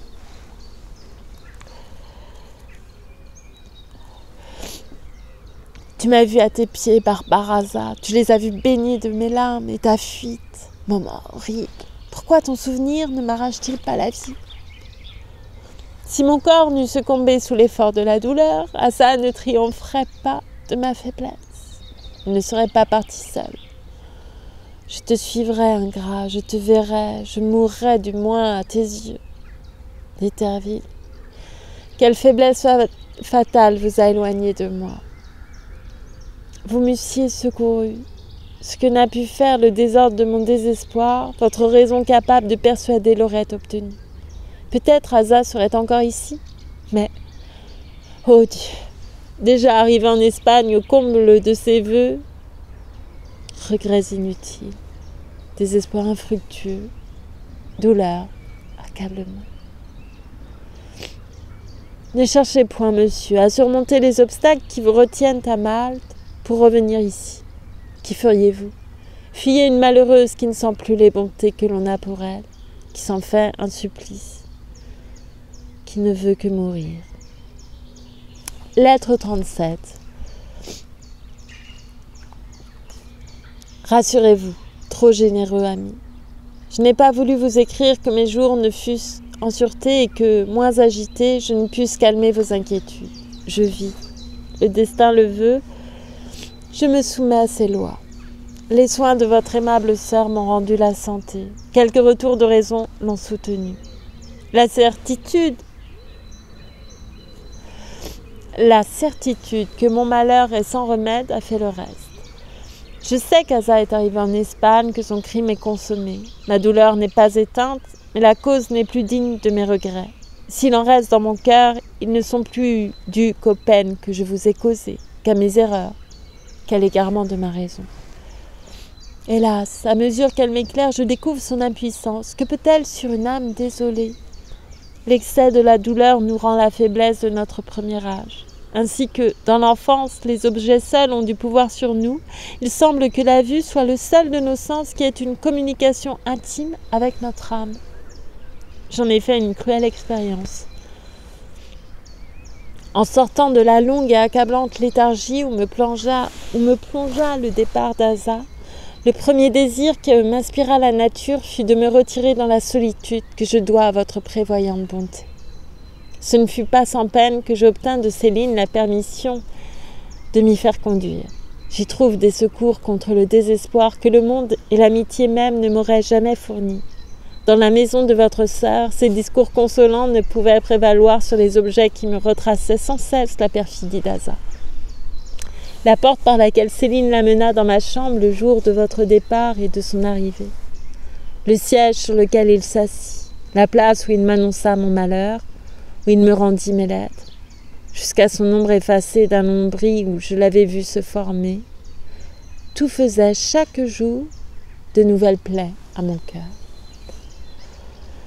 Ici, je ne vois rien qui ne me rappelle les idées agréables que j'y reçus à la première vue. Je n'y retrouve que l'image de votre amitié et de celle de votre aimable sœur. Si le souvenir d'Asa se présente à mon esprit, c'est sous le même aspect que je le voyais alors. Je crois y attendre son arrivée. Je me prête à cette illusion autant qu'elle m'est agréable. Si elle me quitte, je prends des livres, je lis d'abord avec effort, insensiblement de nouvelles idées enveloppent l'affreuse vérité qui m'environne et donnent à la fin quelques relâches à ma tristesse.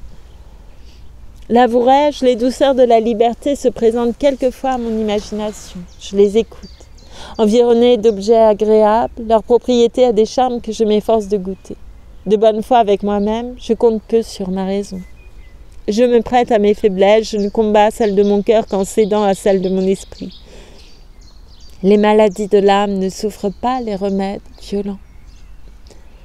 Peut-être la fastueuse décence de votre nation ne permet-elle pas, à mon âge, l'indépendance et la solitude où je vis. Du moins, toutes les fois que Céline me vient voir, veut-elle me le persuader. Mais elle ne m'a pas encore donné d'assez fortes raisons pour me convaincre de mon tort. La véritable décence est dans mon cœur. Ce n'est point au simulacre de la vertu que je rends hommage, c'est à la vertu même. Je la prendrai toujours pour juge et pour guide de mes actions. Je lui consacre ma vie et mon cœur à l'amitié. Hélas, quand y régnera-t-elle sans partage et sans retour. Pardon.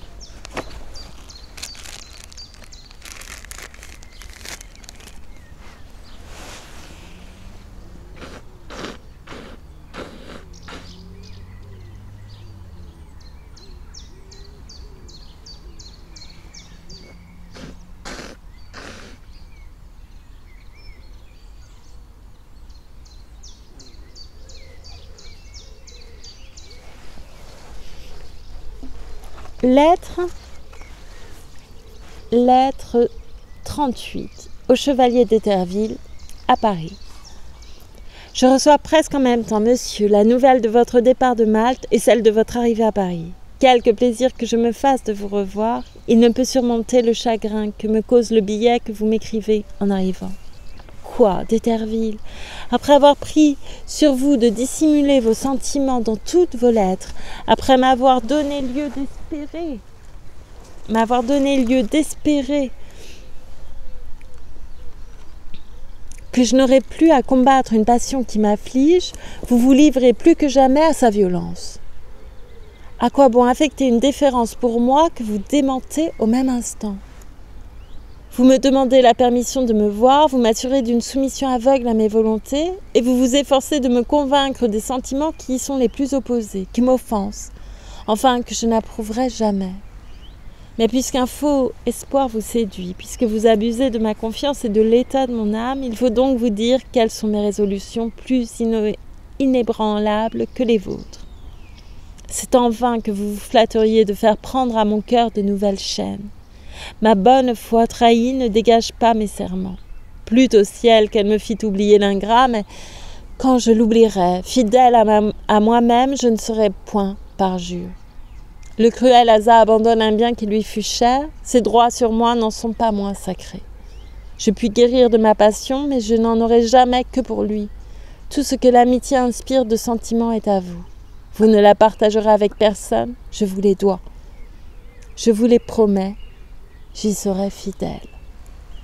Vous jouirez au même degré de ma confiance et de ma sincérité. L'une et l'autre seront sans bornes.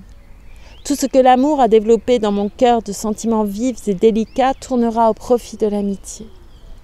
Je vous laisserai voir avec une égale franchise le regret de n'être point né en France et mon penchant invincible pour hasard, le désir que j'aurai de vous devoir l'avantage de penser et mon éternelle reconnaissance pour celui qui me l'a procuré.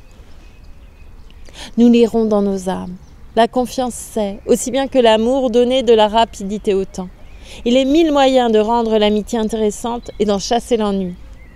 Vous me donnerez quelques connaissances de vos sciences et de vos arts, vous goûterez le plaisir de la supériorité. Je le reprendrai en développant dans votre cœur des vertus que vous n'y connaissez pas. Vous ornerez mon esprit de ce qui peut le rendre amusant, vous jouirez de votre ouvrage. Je tâcherai de vous rendre agréable les charmes naïfs de la simple amitié, et je me trouverai heureuse d'y réussir. Céline, en nous partageant sa tendresse, répandra dans nos entretiens la gaieté qui pourrait y manquer. Que nous resterait-il à désirer?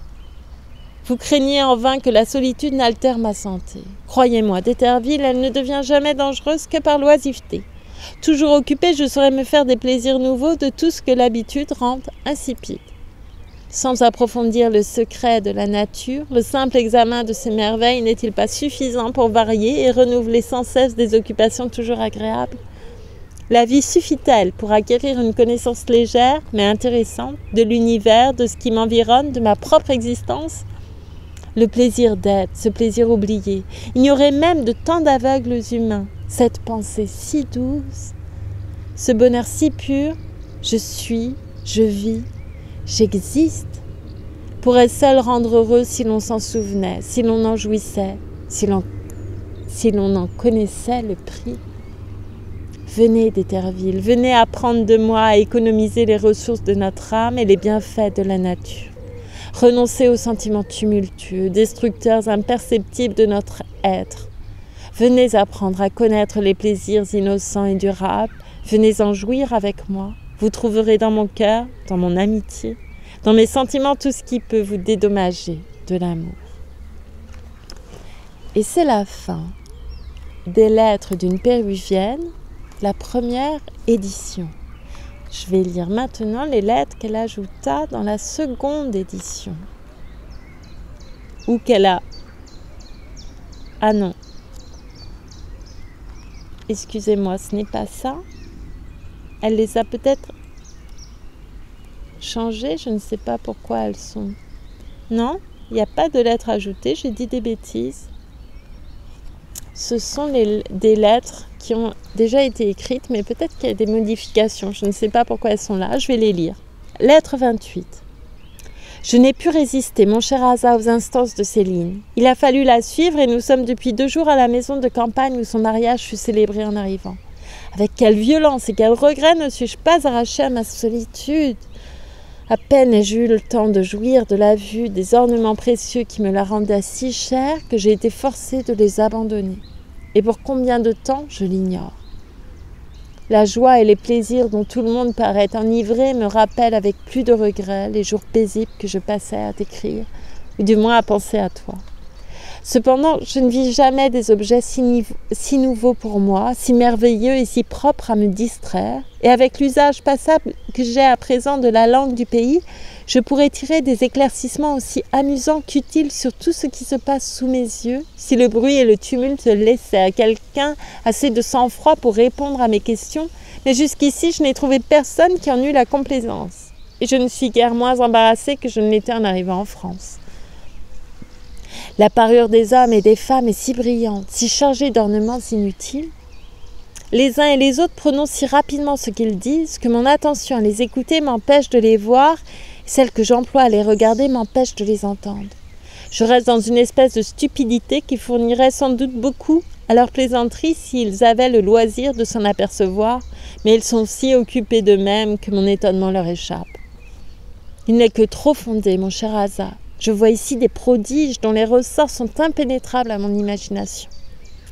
Je ne te parlerai pas de la beauté de cette maison, presque aussi grande qu'une ville, ornée comme un temple et remplie d'un grand nombre de bagatelles agréables dont je vois faire si peu d'usage que je ne puis me défendre de penser que les Français ont choisi le superflu pour l'objet de leur culte.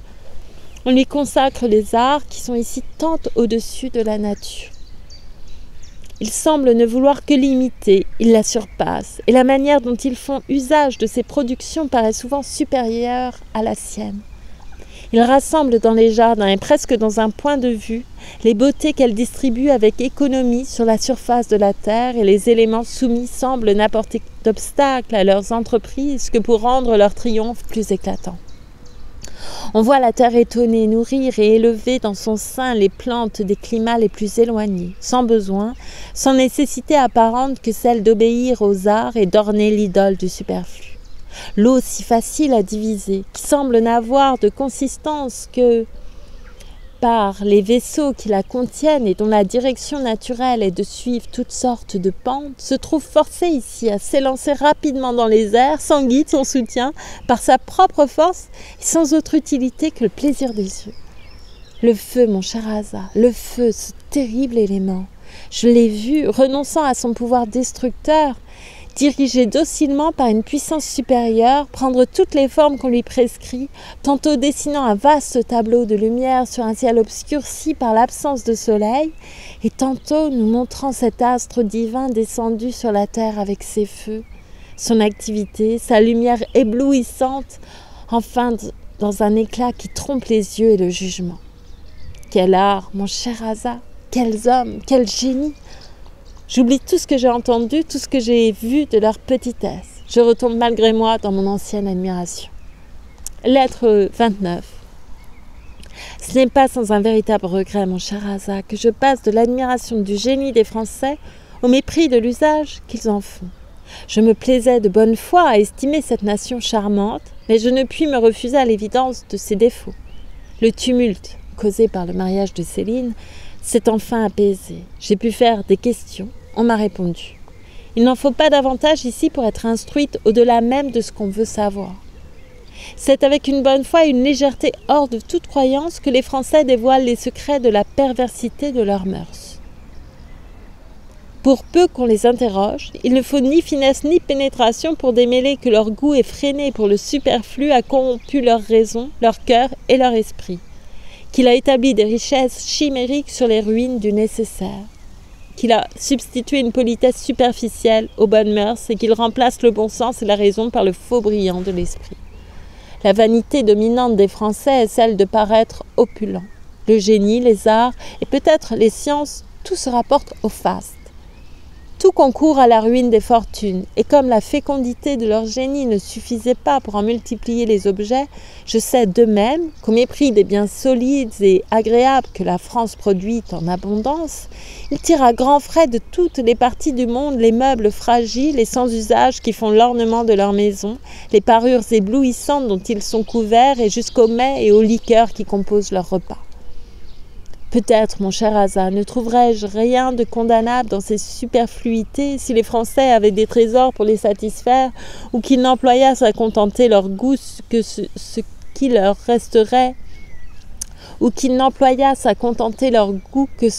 resterait après avoir établi leur maison sur une aisance honnête.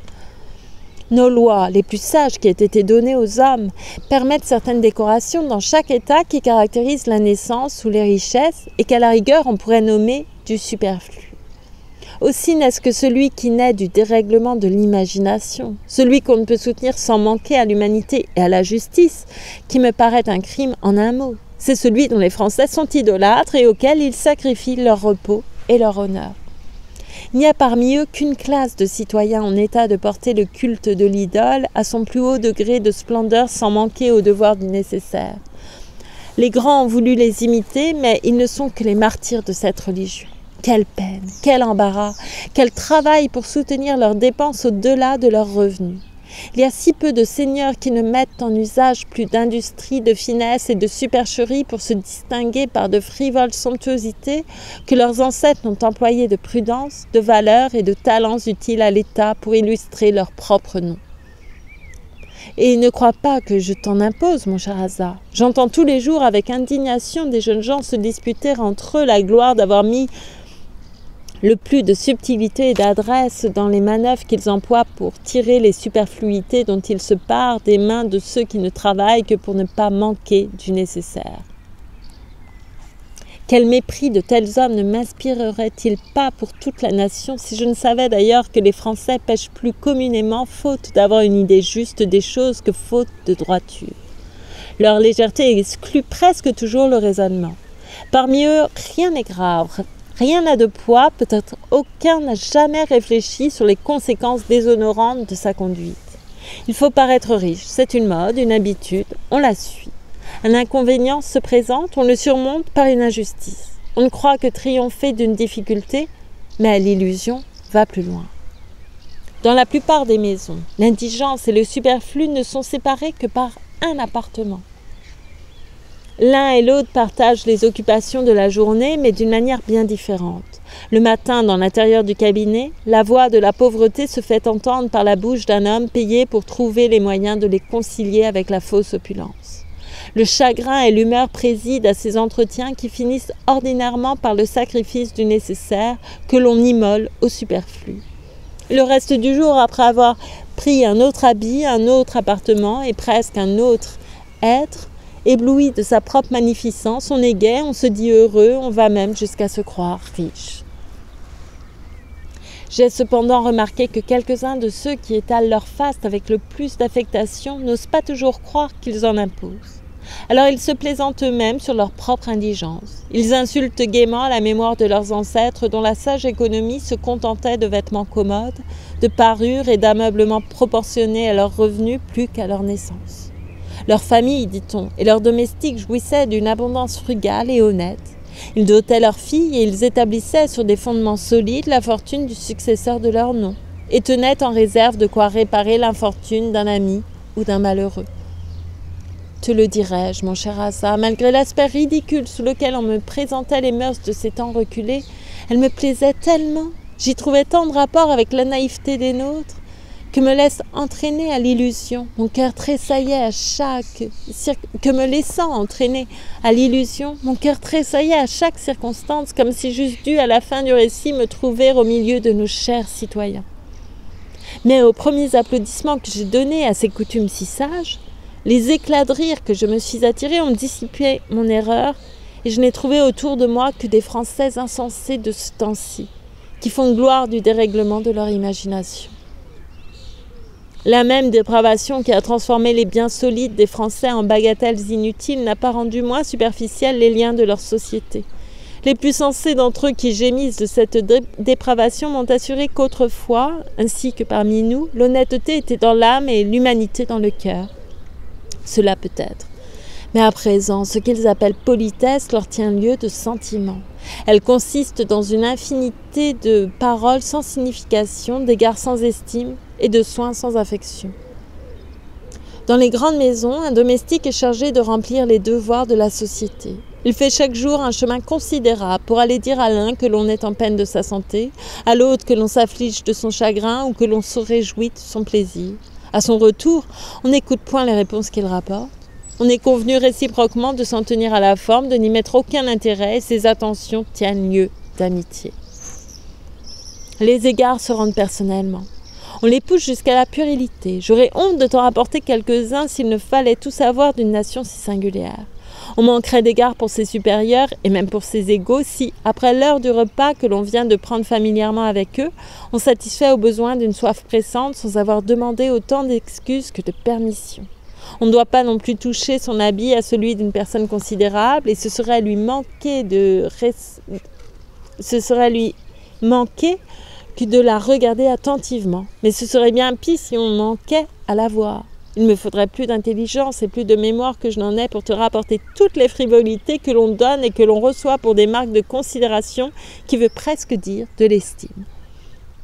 À l'égard de l'abondance des paroles, tu entendras un jour, mon cher Asa, que l'exagération aussitôt désavouée que prononcée est le fond inépuisable de la conversation des Français. Il manque rarement d'ajouter un compliment superflu à celui qu'il était déjà dans l'intention de persuader qu'ils n'en font point. C'est avec des flatteries outrées qu'ils protestent de la sincérité des louanges qu'ils prodiguent. Ils appuient leurs protestations d'amour et d'amitié de tant de termes inutiles que l'on n'y reconnaît point le sentiment.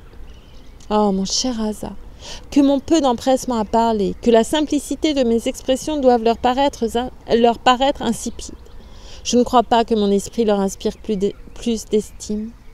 Pour mériter quelque réputation à cet égard, il faut avoir fait preuve d'une grande sagacité à saisir les différentes significations des mots et à déplacer leur usage. Il faut exercer l'attention de ceux qui écoutent par la subtilité des pensées, souvent impénétrables, ou bien en dérober l'obscurité sous l'abondance des expressions frivoles. J'ai lu dans l'un de leurs meilleurs livres que l'esprit du beau monde consiste à dire agréablement des riens. À ne pas se permettre le moindre propos sensé si l'on ne fait excuser par les grâces du discours. Avouer enfin la raison quand on est obligé de la produire. Que pourrais-je te dire qui pût te prouver mieux que le bon sens et la raison, qui sont regardés comme le nécessaire de l'esprit, sont méprisés ici, comme tout ce qui est utile? Enfin, mon cher Asa, sois assuré que le superflu domine si souverainement en France que qui n'a qu'une fortune honnête est pauvre, qui n'a que des vertus est plat, et qui n'a que du bon sens est sot. Lettre 30. Le penchant des Français les porte si naturellement aux extrêmes, mon cher Asa, que d'Éterville, quoique exempt de la plus grande partie des défauts de sa nation, participe néanmoins à celui-là.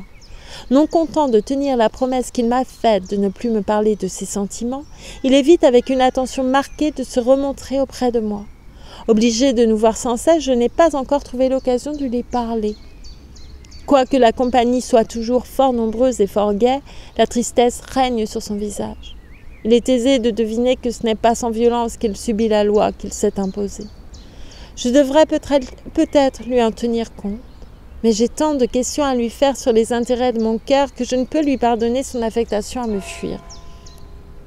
Je voudrais l'interroger sur la lettre qu'il a écrite en Espagne et savoir si elle peut être arrivée à présent. Je voudrais avoir une idée juste du temps de ton départ, de celui que tu emploieras à faire ton voyage, afin de fixer celui de mon bonheur. Une espérance fondée est un bien réel, mais, mon cher Asa, elle est bien plus chère quand on en voit le terme. Aucun des plaisirs qui occupent la compagnie ne m'affecte. Ils sont trop bruyants pour mon âme. Je ne jouis plus de l'entretien de Céline. Tout occupé de son nouvel époux, à peine puis-je trouver quelques moments pour lui rendre des devoirs d'amitié. Le reste de la compagnie ne m'est agréable qu'autant que je puisse en tirer des lumières sur les différents objets de ma curiosité. Et je n'en trouve pas toujours l'occasion. Ainsi, souvent seule au milieu du monde, je n'ai d'amusement que mes pensées. Elles sont toutes à toi. Cher ami de mon cœur, tu seras à jamais le seul confident de mon âme, de mes plaisirs, de mes peines. Lettre 34. Ah, on a omis la 31, on ne l'a pas réécrite. Il m'a fallu beaucoup de temps, mon cher Asa, pour approfondir la cause du mépris que l'on a presque généralement ici pour les femmes. On l'a déplacée. Enfin, je crois l'avoir découvert dans le peu de rapport qu'il y a entre ce qu'elles sont et ce qu'on s'imagine qu'elles devraient être. On voudrait, comme ailleurs, qu'elles usent du mérite et de la vertu. Mais il faudrait que la nature les fît ainsi, car l'éducation qu'on leur donne est si opposée à la fin qu'on leur propose, qu'elle me paraît être le chef-d'œuvre de l'inconséquence française. On sait au Pérou, mon cher Asa, que pour préparer les humains à la pratique des vertus, il faut leur inspirer dès l'enfance un courage et une certaine fermeté d'âme qui leur forment un caractère décidé. On l'ignore en France. Dans le premier âge, les enfants ne paraissent destinés qu'au divertissement des parents et de ceux qui les gouvernent. Il semble que l'on veuille tirer un honteux avantage de leur incapacité à découvrir la vérité. On les trompe sur ce qu'ils ne voient pas. On leur donne des idées fausses de ce qui se présente à leur sens, et l'on rit inhumainement de leurs erreurs. On augmente leur sensibilité et leur faiblesse naturelle par une puérile compassion pour les petits accidents qui leur arrivent. On oublie qu'ils doivent être des hommes. Je ne sais quelles sont les suites de l'éducation qu'un père donne à son fils. Je ne m'en suis pas informée. Mais je sais que du moment que les filles commencent à être capables de recevoir des instructions, on les enferme dans une maison religieuse pour leur apprendre à vivre dans le monde que l'on confie le soin d'éclairer leurs esprits à des personnes auxquelles on ferait peut-être un crime d'en avoir et qui sont incapables de leur former le cœur qu'elles ne connaissent pas. Les principes de la religion, si propres à servir de germe à toutes les vertus, ne sont appris que superficiellement et par mémoire. Les devoirs à l'égard de la divinité ne sont pas inspirés avec plus de méthode. Ils consistent dans de petites cérémonies d'un culte extérieur, exigées avec tant de sévérité, pratiquées avec tant d'ennui, que c'est le premier joug dont on se défait en entrant dans le monde. Et si l'on en conserve encore quelques usages à la manière dont on s'en acquitte, on croirait volontiers que ce n'est qu'une espèce de politesse que l'on rend par habitude à la divinité. D'ailleurs, rien ne remplace les premiers fondements d'une éducation mal dirigée. On ne connaît presque point en France le respect pour soi-même dont on prend tant de soin de remplir le cœur de nos vierges. Ce sentiment généreux qui nous rend le juge le plus sévère de nos actions et de nos pensées, qui devient un principe sûr quand il est bien senti, n'est ici d'aucune ressource pour les femmes. Au peu de soin que l'on prend de leur âme, on serait tenté de croire que les Français sont dans l'erreur de certains peuples barbares qui leur en refusent une.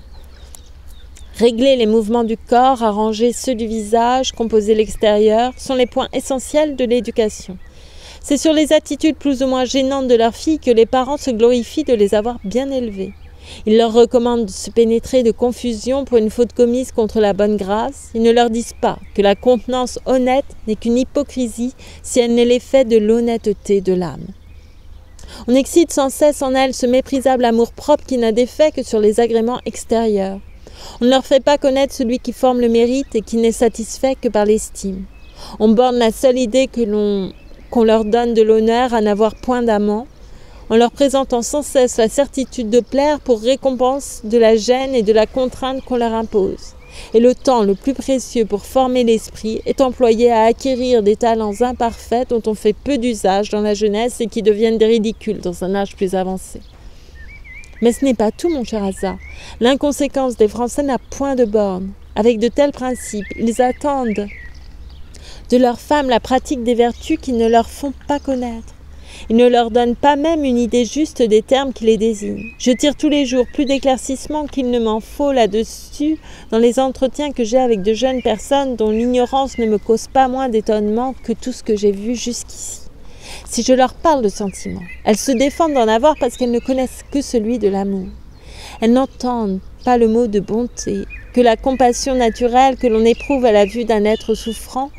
Et j'ai même remarqué qu'elles en sont plus affectées pour des animaux que pour des humains. Mais cette bonté tendre, réfléchie, qui fait faire le bien avec noblesse et discernement, qui porte à l'indulgence et à l'humanité, leur est totalement inconnue. Elles croient avoir rempli toute l'étendue des devoirs et de la discrétion en ne révélant qu'à quelques amis les secrets frivoles qu'elles ont surpris ou qu'on leur a confiés. Mais elles n'ont aucune idée de cette discrétion circonspecte, délicate et nécessaire pour ne point être à charge, pour ne blesser personne et pour maintenir la paix dans la société.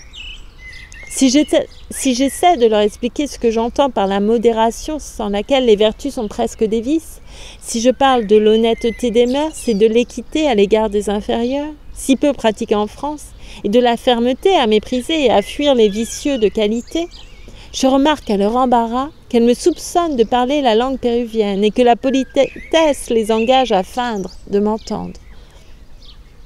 Elles ne sont pas mieux instruites sur la connaissance du monde, des hommes et de la société. Elles ignorent jusqu'à l'usage de leur langue naturelle. Il est rare qu'elles la parlent correctement et je ne m'aperçois pas, sans une extrême surprise, que je suis à présent plus savante qu'elles à cet égard. C'est dans cette ignorance que l'on marie les filles à peine sorties de l'enfance. Dès lors, il semble, au peu d'intérêt que les parents prennent à leur conduite, qu'elles ne leur appartiennent plus. Il serait encore temps de réparer les défauts de la première éducation. On n'en prend pas la peine. Une jeune femme libre dans son appartement y reçoit sans contrainte les compagnies qui lui plaisent. Ses occupations sont ordinairement puériles, toujours inutiles et peut-être au-dessus de l'oisiveté. On entretient son esprit tout au moins de frivolité maligne ou insipide, plus propres à la rendre méprisable que la stupidité même. Sans confiance en elle, son mari ne cherche point à la former aux soins de ses affaires, de sa famille et de sa maison. Elle ne participe au tout de ce petit univers que par la représentation. C'est une figure d'ornement pour amuser les curieux. Aussi, pour peu que l'humeur impérieuse se joigne au goût de la dissipation, elle donne dans tous les travers, passe rapidement de l'indépendance à la licence, et bientôt elle arrache le mépris et l'indignation des hommes malgré leur penchant et leur intérêt à tolérer les vices de la jeunesse en faveur de ses agréments. Quoi que je te dise la vérité avec toute la sincérité de mon cœur, mon cher Asa, garde-toi bien de croire qu'il n'y ait point ici de femme de mérite. Il en est d'assez heureusement nées pour se donner à elles-mêmes ce que l'éducation leur refuse. L'attachement à leurs devoirs, la décence de leurs mœurs et les agréments honnêtes de leur esprit attirent sur elles l'estime de tout le monde. Mais le nombre de celles-là est si borné en comparaison de la multitude qu'elles sont connues et révérées par leur propre nom. Ne crois pas non plus que le dérangement de la conduite des autres vienne de leur mauvais naturel. En général, il me semble que les femmes naissent ici, bien plus communément que chez nous, avec toutes les dispositions nécessaires pour égaler les hommes en mérite et en vertu. Mais comme s'ils en convenaient au fond de leur cœur, et que leur orgueil ne put supporter cette égalité, ils contribuent en toute manière à les rendre méprisables, soit en manquant de considération pour les leurs, soit en séduisant celles des autres. Quand tu sauras qu'ici l'autorité est entièrement du côté des hommes, tu ne douteras pas, mon cher Asa, qu'ils ne soient responsables de tous les désordres de la société. Ceux qui, par une lâche indifférence, laissent suivre à leurs femmes le goût qui les perd, sans être les plus coupables, ne sont pas les moins dignes d'être méprisés. Mais on ne fait pas assez d'attention à ceux qui, par l'exemple d'une conduite vicieuse et indécente, entraînent leurs femmes dans le dérèglement, ou par dépit, ou par vengeance. Et en effet, mon cher Asa, comment ne serait-elle pas révoltée contre l'injustice des lois qui tolèrent l'impunité des hommes, poussée au même excès que leur autorité? Un mari, sans craindre aucune punition, peut avoir pour sa femme les manières les plus rebutantes. Il peut dissiper en prodigalité, aussi criminelle qu'excessive, non seulement son bien, celui de ses enfants, mais même celui de la victime qu'il fait gémir presque dans l'indigence par une avarice pour les dépenses honnêtes qui s'allie très communément ici avec la prodigalité. Il est autorisé à punir rigoureusement l'apparence d'une légère infidélité en se livrant sans honte à toutes celles que le libertinage lui suggère. Enfin, mon cher Asa, il semble qu'en France, les liens du mariage ne soient réciproques qu'au moment de la célébration, et que dans la suite, les femmes seules y doivent être assujetties. Je pense et je sens que ce serait les honorer beaucoup que de les croire capables de conserver de l'amour pour leur mari, malgré l'indifférence et les dégoûts dont la plupart sont accablés. Mais qui peut résister au mépris? Le premier sentiment que la nature a mis en nous est le plaisir d'être, et nous le sentons plus vivement et par degrés à mesure que nous nous apercevons du cas que l'on fait de nous. Le bonheur machinal du premier âge est d'être aimé de ses parents et accueilli des étrangers. Celui du reste de la vie est de sentir l'importance de notre être, à proportion qu'il devient nécessaire au bonheur d'un autre. C'est toi, mon cher Asa. C'est ton amour extrême, c'est la franchise de nos cœurs, la sincérité de nos sentiments qui m'ont dévoilé les secrets de la nature et ceux de l'amour. L'amitié, ce sage et doux lien, devrait peut-être remplir tous nos vœux, mais elle partage sans crime et sans scrupule son affection entre plusieurs objets. L'amour qui donne et qui exige une préférence exclusive nous présente une idée si haute, si satisfaisante de notre être, qu'elle seule peut contenter la vie d'ambition de primauté qui naît avec nous, qui se manifeste dans tous les âges, dans tous les états. Et le goût naturel pour la propriété achève de déterminer notre penchant à l'amour. Si la possession d'un meuble, d'un bijou, d'une terre est un des sentiments les plus agréables que nous éprouvions, quel doit être celui qui nous assure la possession d'un cœur, d'une âme, d'un être libre, indépendant et qui se donne volontairement en échange du plaisir de posséder en nous les mêmes avantages. S'il est donc vrai, mon cher Asa, que le désir dominant de nos cœurs soit celui d'être honoré en général et chéri de quelqu'un en particulier, conçois-tu par quelle inconséquence les Français peuvent espérer qu'une jeune femme accablée de l'indifférence offensante de son mari ne cherche pas à se soustraire à l'espèce d'anéantissement qu'on lui présente sous toutes sortes de formes? Imagines-tu qu'on puisse lui proposer de ne tenir à rien dans l'âge où les prétentions vont toujours au-delà du mérite? Pourrais-tu comprendre sur quel fondement on exige d'elle la pratique des vertus, dont les hommes se dispensent en leur refusant les lumières et les principes nécessaires pour les pratiquer? Mais ce qui se conçoit encore moins, c'est que les parents et les maris se plaignent réciproquement du mépris que l'on a pour leurs femmes et leurs filles, et qu'ils en perpétuent la cause de race en race avec l'ignorance, l'incapacité et la mauvaise éducation. Oh, mon cher Asa, que les vices brillants d'une nation d'ailleurs si séduisante ne nous dégoûtent point de la naïve simplicité de nos mœurs. N'oublions jamais, toi, l'obligation où tu es d'être mon exemple, mon guide, mon soutien dans le chemin de la vertu, et moi, celle où je suis de conserver ton estime et ton amour en imitant mon modèle. Et c'est la fin des lettres d'une péruvienne. Et c'était bien une réécriture, voilà, de certaines lettres. D'ailleurs, les numéros ont changé, je ne sais pas trop ce que contenait la seconde édition et peut-être les suivantes, je ne sais rien de plus. Voilà. Il y aurait tant à dire, encore une fois. Je me demande... Bon, cette lettre éclaire peut-être le choix des lettres d'une péruvienne de Françoise de Graffigny. Non, il y a plein de choses, hein. Il y a plein de choses.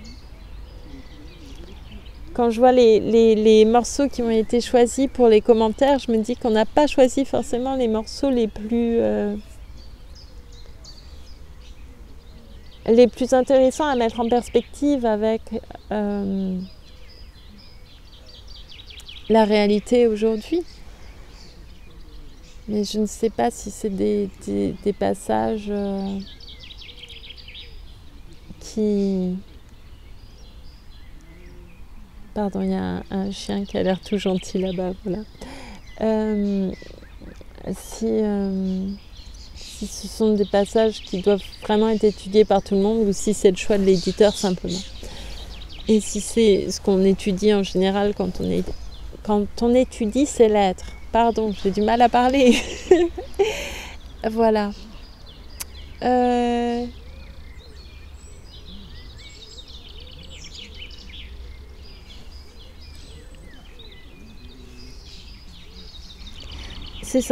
Oui, c'est une... Voilà, c'est quelque chose d'important. C'est une étape, j'imagine, dans dans la construction d'une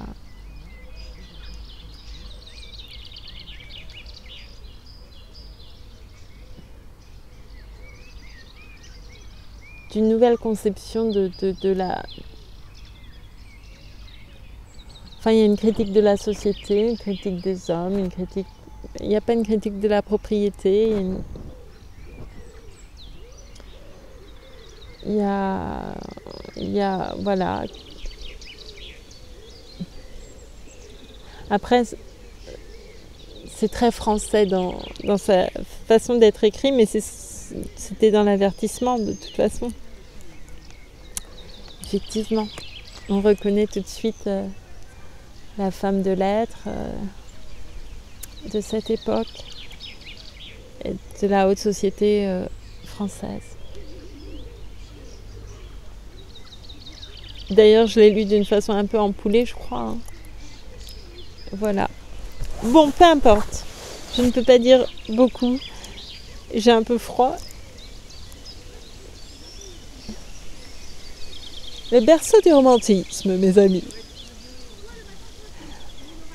Je parle pas du livre, hein, je parle du lieu. Voilà, je vous remercie beaucoup pour votre écoute. Ça m'a plu et en même temps mais je devrais pas. Je suis plus exigeante, mais comme toujours, je suis plus exigeante envers les écrits de femmes et je ne devrais pas. Et ça, c'est encore quelque chose insufflé dans la société. Pourquoi j'exige plus d'elles que des hommes? Parce que des hommes, je m'attends à être déçue. Pardon. En fait, c'est ça. Je m'attends à être déçue des hommes et j'aimerais ne pas l'être de la part des femmes. Et comme on attend toujours plus des gens que l'on aime et de soi-même, c'est peut-être ça. Et excusez-moi, je ne devrais pas être comme ça. Ça, c'est un défaut que j'ai. Voilà. Je vous remercie beaucoup. Je vous souhaite une belle soirée, une belle journée, beaucoup de bonheur. Et je vous remercie. Voilà, à bientôt pour d'autres lectures.